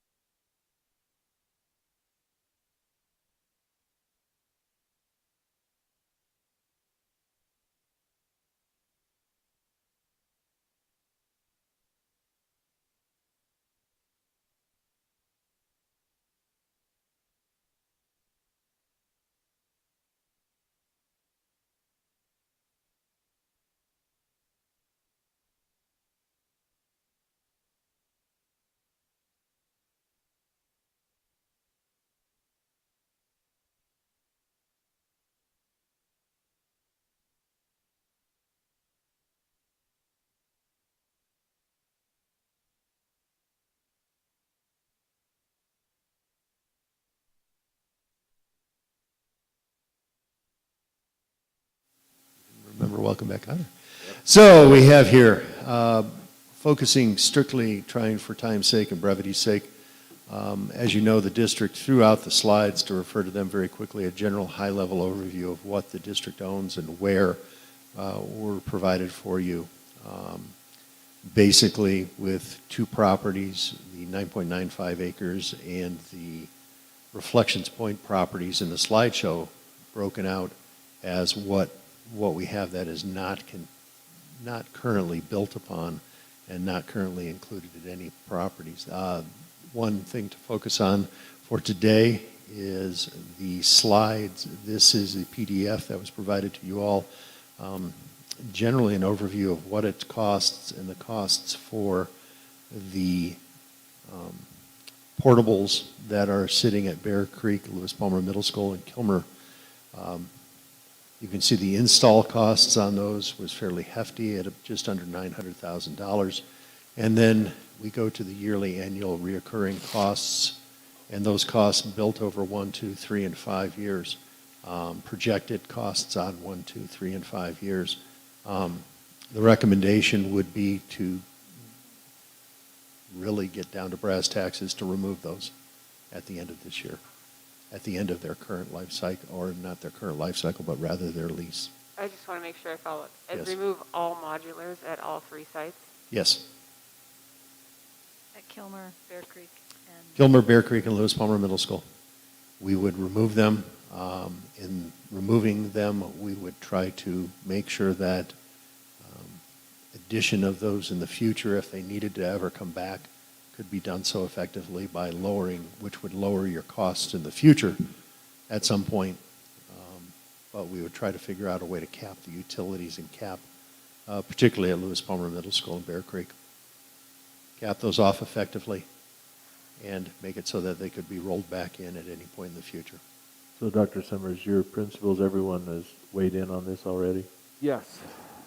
Yes. We've had collaborative dialogue about it. Given our current enrollment trends as well as what we're projecting over the next 3 to 5 years, we are confident that we are able to absorb both the current numbers as well as even a moderate incline or increase of enrollment at those 3 sites. I think basically if I were to just whittle it down to the difference between a nice to have and a need to have. And right now I think they are nice to have, not necessarily a need to. And so this certainly represents a shift from conversations that go back a couple of years ago. But we felt it's appropriate to elevate that for your consideration as we are budgeting for next year as well. We wanted to call out the rental costs associated, not just at a 1-year cycle, as you can see in the spreadsheet, but over the next 2 to 3 to 5 years. You can actually see the savings are considerable when you total those up across all of those 3 sites.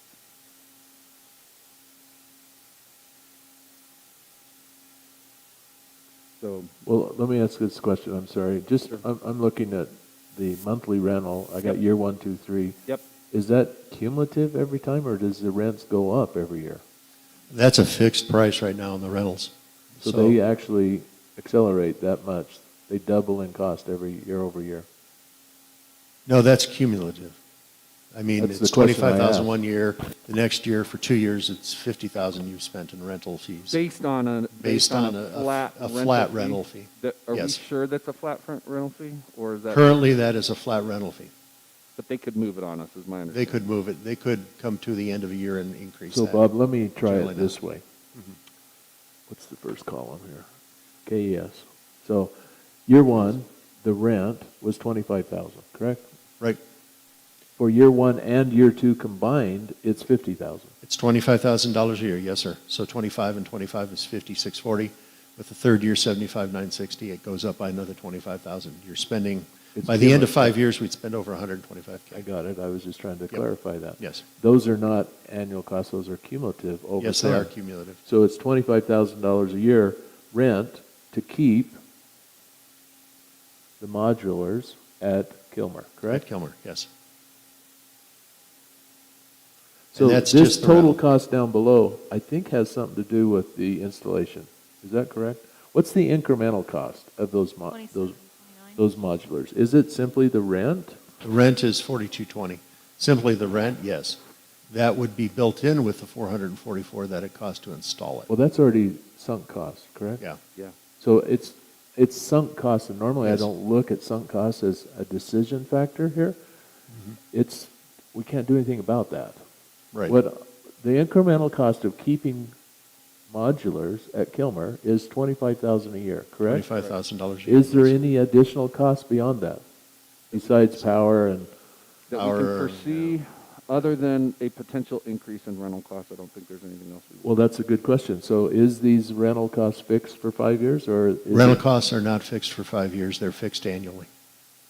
So they this could up is them. simply your projection. Correct. Based on At the a avail- fixed cost. Based At a- on the at a available fixed rental. information we have. I believe the purchase cost, Bob, which you were able to confirm. Yeah, the don't purchase believe they're on the- costs on those are on the slideshow towards the end of the, oops, You can just flow through that real quick if you want. I'm trying to get. Well, To the right, far right. I don't know that it's a purchase or lease question that I'm asking. That's fair. An additional data point. So the cost of purchase. Oh, I'm just trying to interpret your question because I think I'm close to. Is this about net savings? If we get rid of them, what do we save on a net basis? Yeah, what is the actual cost of keeping is the rent. Right. Now, we also lose whatever value the principal has there. Operational. Right, operationally. We lose that. So if we get rid of them, do we save $25,000 a year at Kilmer in our budgeting process? And is that, so the principal at Kilmer has said, I'd rather save $25,000 than to have the modular. Is that the right way to approach it? Or spend it on something Because else. these costs all those costs are great. I appreciate you sharing them with us, but we can't change that. We're not going to save anything. It's just sunk costs. So from a decision perspective, we have to look at this incrementally. What's the impact? What's the impact on this budget, and what's the impact on operations? Site by site. And I'll say right now, I don't like the modules at middle school. Never have. It looks like, I'm not even going to use the word. So So that's a $50,000 year annual cost. And then the Bear Creek, based on the size and scope of that, is at the 86. Yep. 162,600 for all of them. So how many chillers do we get per modular again? That's one way to do the math problem. Sorry, but I think the point is, if at the end of the day, if there's not an operational benefit to keeping them from the principal's perspective, we're accountable for the results of the schools where they are, then we certainly have a wonderful financial opportunity. Are there any penalties for getting out of these leases, or are they annual? They're annual leases right now, so there's not really a penalty. There We will get- be a there will be a sunk cost already that we we were do. also told 2 years ago that we had to do 2 years. So I think the minimum time frame was 2 years. 2 years. Yeah. So And now we're in an annual. Year over year. Interject, please. Yes, please. I'd like to refresh everyone's recollection that about 3 years ago, we were told by our demographer that there was going to be, and I'm paraphrasing, a tidal wave of growth necessitating the need for another school in Portable.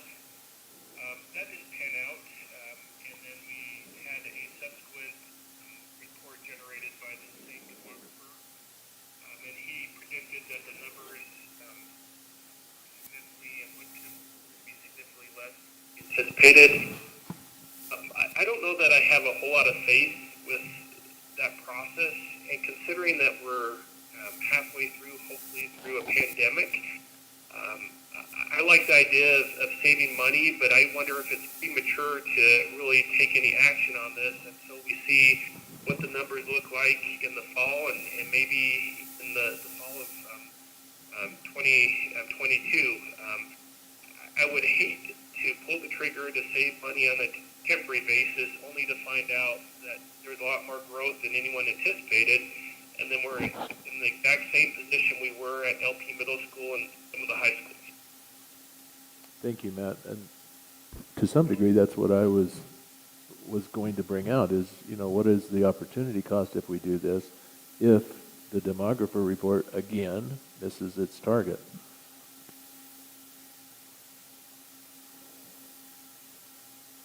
We can certainly embed that type of analysis into a deeper dive and discussion.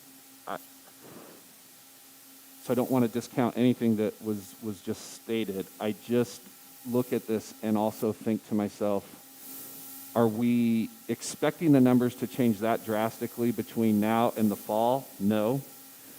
Do I see it changing drastically from next fall to the following fall of 2023 school year? And based on our current analysis of those trends, no, we do not. So what I worry about is delaying a decision only to find out that the numbers really don't reflect that need.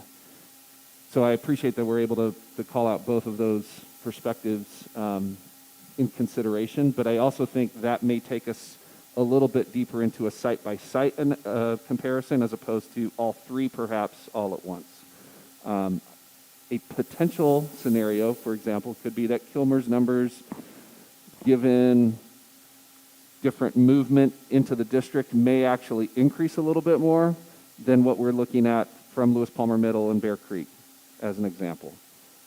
In which case, does it make sense to at least maintain at one of the sites, Kilmer being that site? But I really, from everything that we are looking at right now, including numbers that are real as we're going into the fall, we do not expect a huge overflow of students that are coming into Lewis Palmer Middle School. And beyond that, I think scheduling and programming wise, we are able to accommodate significantly more students even without the modulars as they are currently sitting.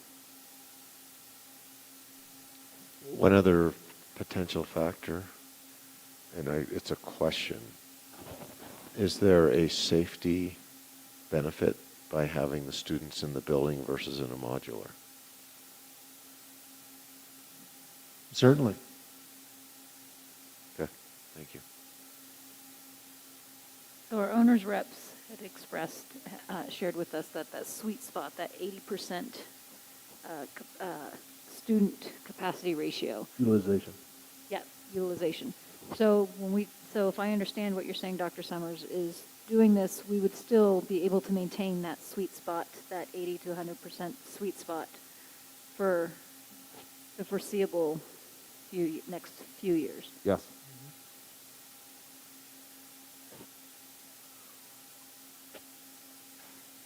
Well, the area of growth is Bear Creek. So to me, that's the one I would raise. I think you raise Gilmer as an example because there is growth there as well. The Lewis Palmer Middle School, I don't see, who knows? If you just look at the numbers, the fifth and sixth grades that are moving up are smaller classes. So I don't see that need without a tsunami of growth that we were drilled about for 3 years. So the middle schools, it's $50,000 a year that could be saved. What's the cost of removal? We're anticipating somewhere between 10 and 20,000, 10 to 15,000 to remove what we have and cap it off. We haven't gotten the estimates yet. Okay, so that's not in these numbers. That's not in these numbers, right? So I think what we need to, I appreciate the start, but I think we really do need to look at this not only in terms of the total cost and what the total incremental cost is, because sunk costs, we can't change that. That's done. And we have to look at the opportunity cost of what if growth does change. Sure. I mean, we just need to understand it to make a good decision. And I would rather have as much information as possible so that whatever decision we make, it's as informed as we can get today. Yep. Fair enough, everyone? Matt, do you agree with that? I would concur with that assessment, Mr. Taylor. Ron, any other thoughts on it? You good? Tiffany? I have a trivial question.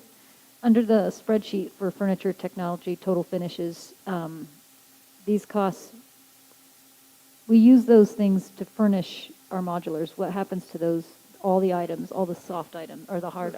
Those items go back into the buildings. A lot of that was a soft cost estimate because some of the furniture was used in the building, was used out there, and they bought stuff for in the building, so it's very difficult to expend that. And when I asked Chris Mack what an estimate was for technology, some of those technologies will just roll back into the building and be used elsewhere, so they'll be used. Okay. There will be utilization of that stuff elsewhere. The projectors, all of those things will find a home. Something else in the building will burn out and they'll be used there. Okay. Bob, based on the feedback and questions and comments you've heard today, have got enough guidance to put together? I believe I do. I'll seek an estimate, a more specific estimate for what it'll cost to pull them. And then the enrollment projections, yes. So we have two options in each site. We keep it and utilize pull it it. to whatever degree, or we remove it. What are the costs of each? And the sunk costs you don't need to include. Okay. 'Cause Gotcha. it doesn't help us. No, Okay. like I said, it was trivial. It was just. Does that make sense? Yes. Okay. Thank you, Bob. You bet. Board members, with your permission, I would like to adjourn today's work session. I know we've foregone board member comments, and Dr. Summers is okay with foregoing comments as well. So, thank you. If it's okay, let's just adjourn this until, is it 2 weeks out that our April 19th. April 19th regular session. Thank you. Dr. Summers and whoever's been involved in these presentations today, a lot of good work went into that, and I'm impressed with the approach, the process, the outcome, the engagement, and I think the decision process is much easier following these examples. Mm-hmm. So thank Appreciate you. that feedback. Thank you. Yep. So. All right. Bye, Matt.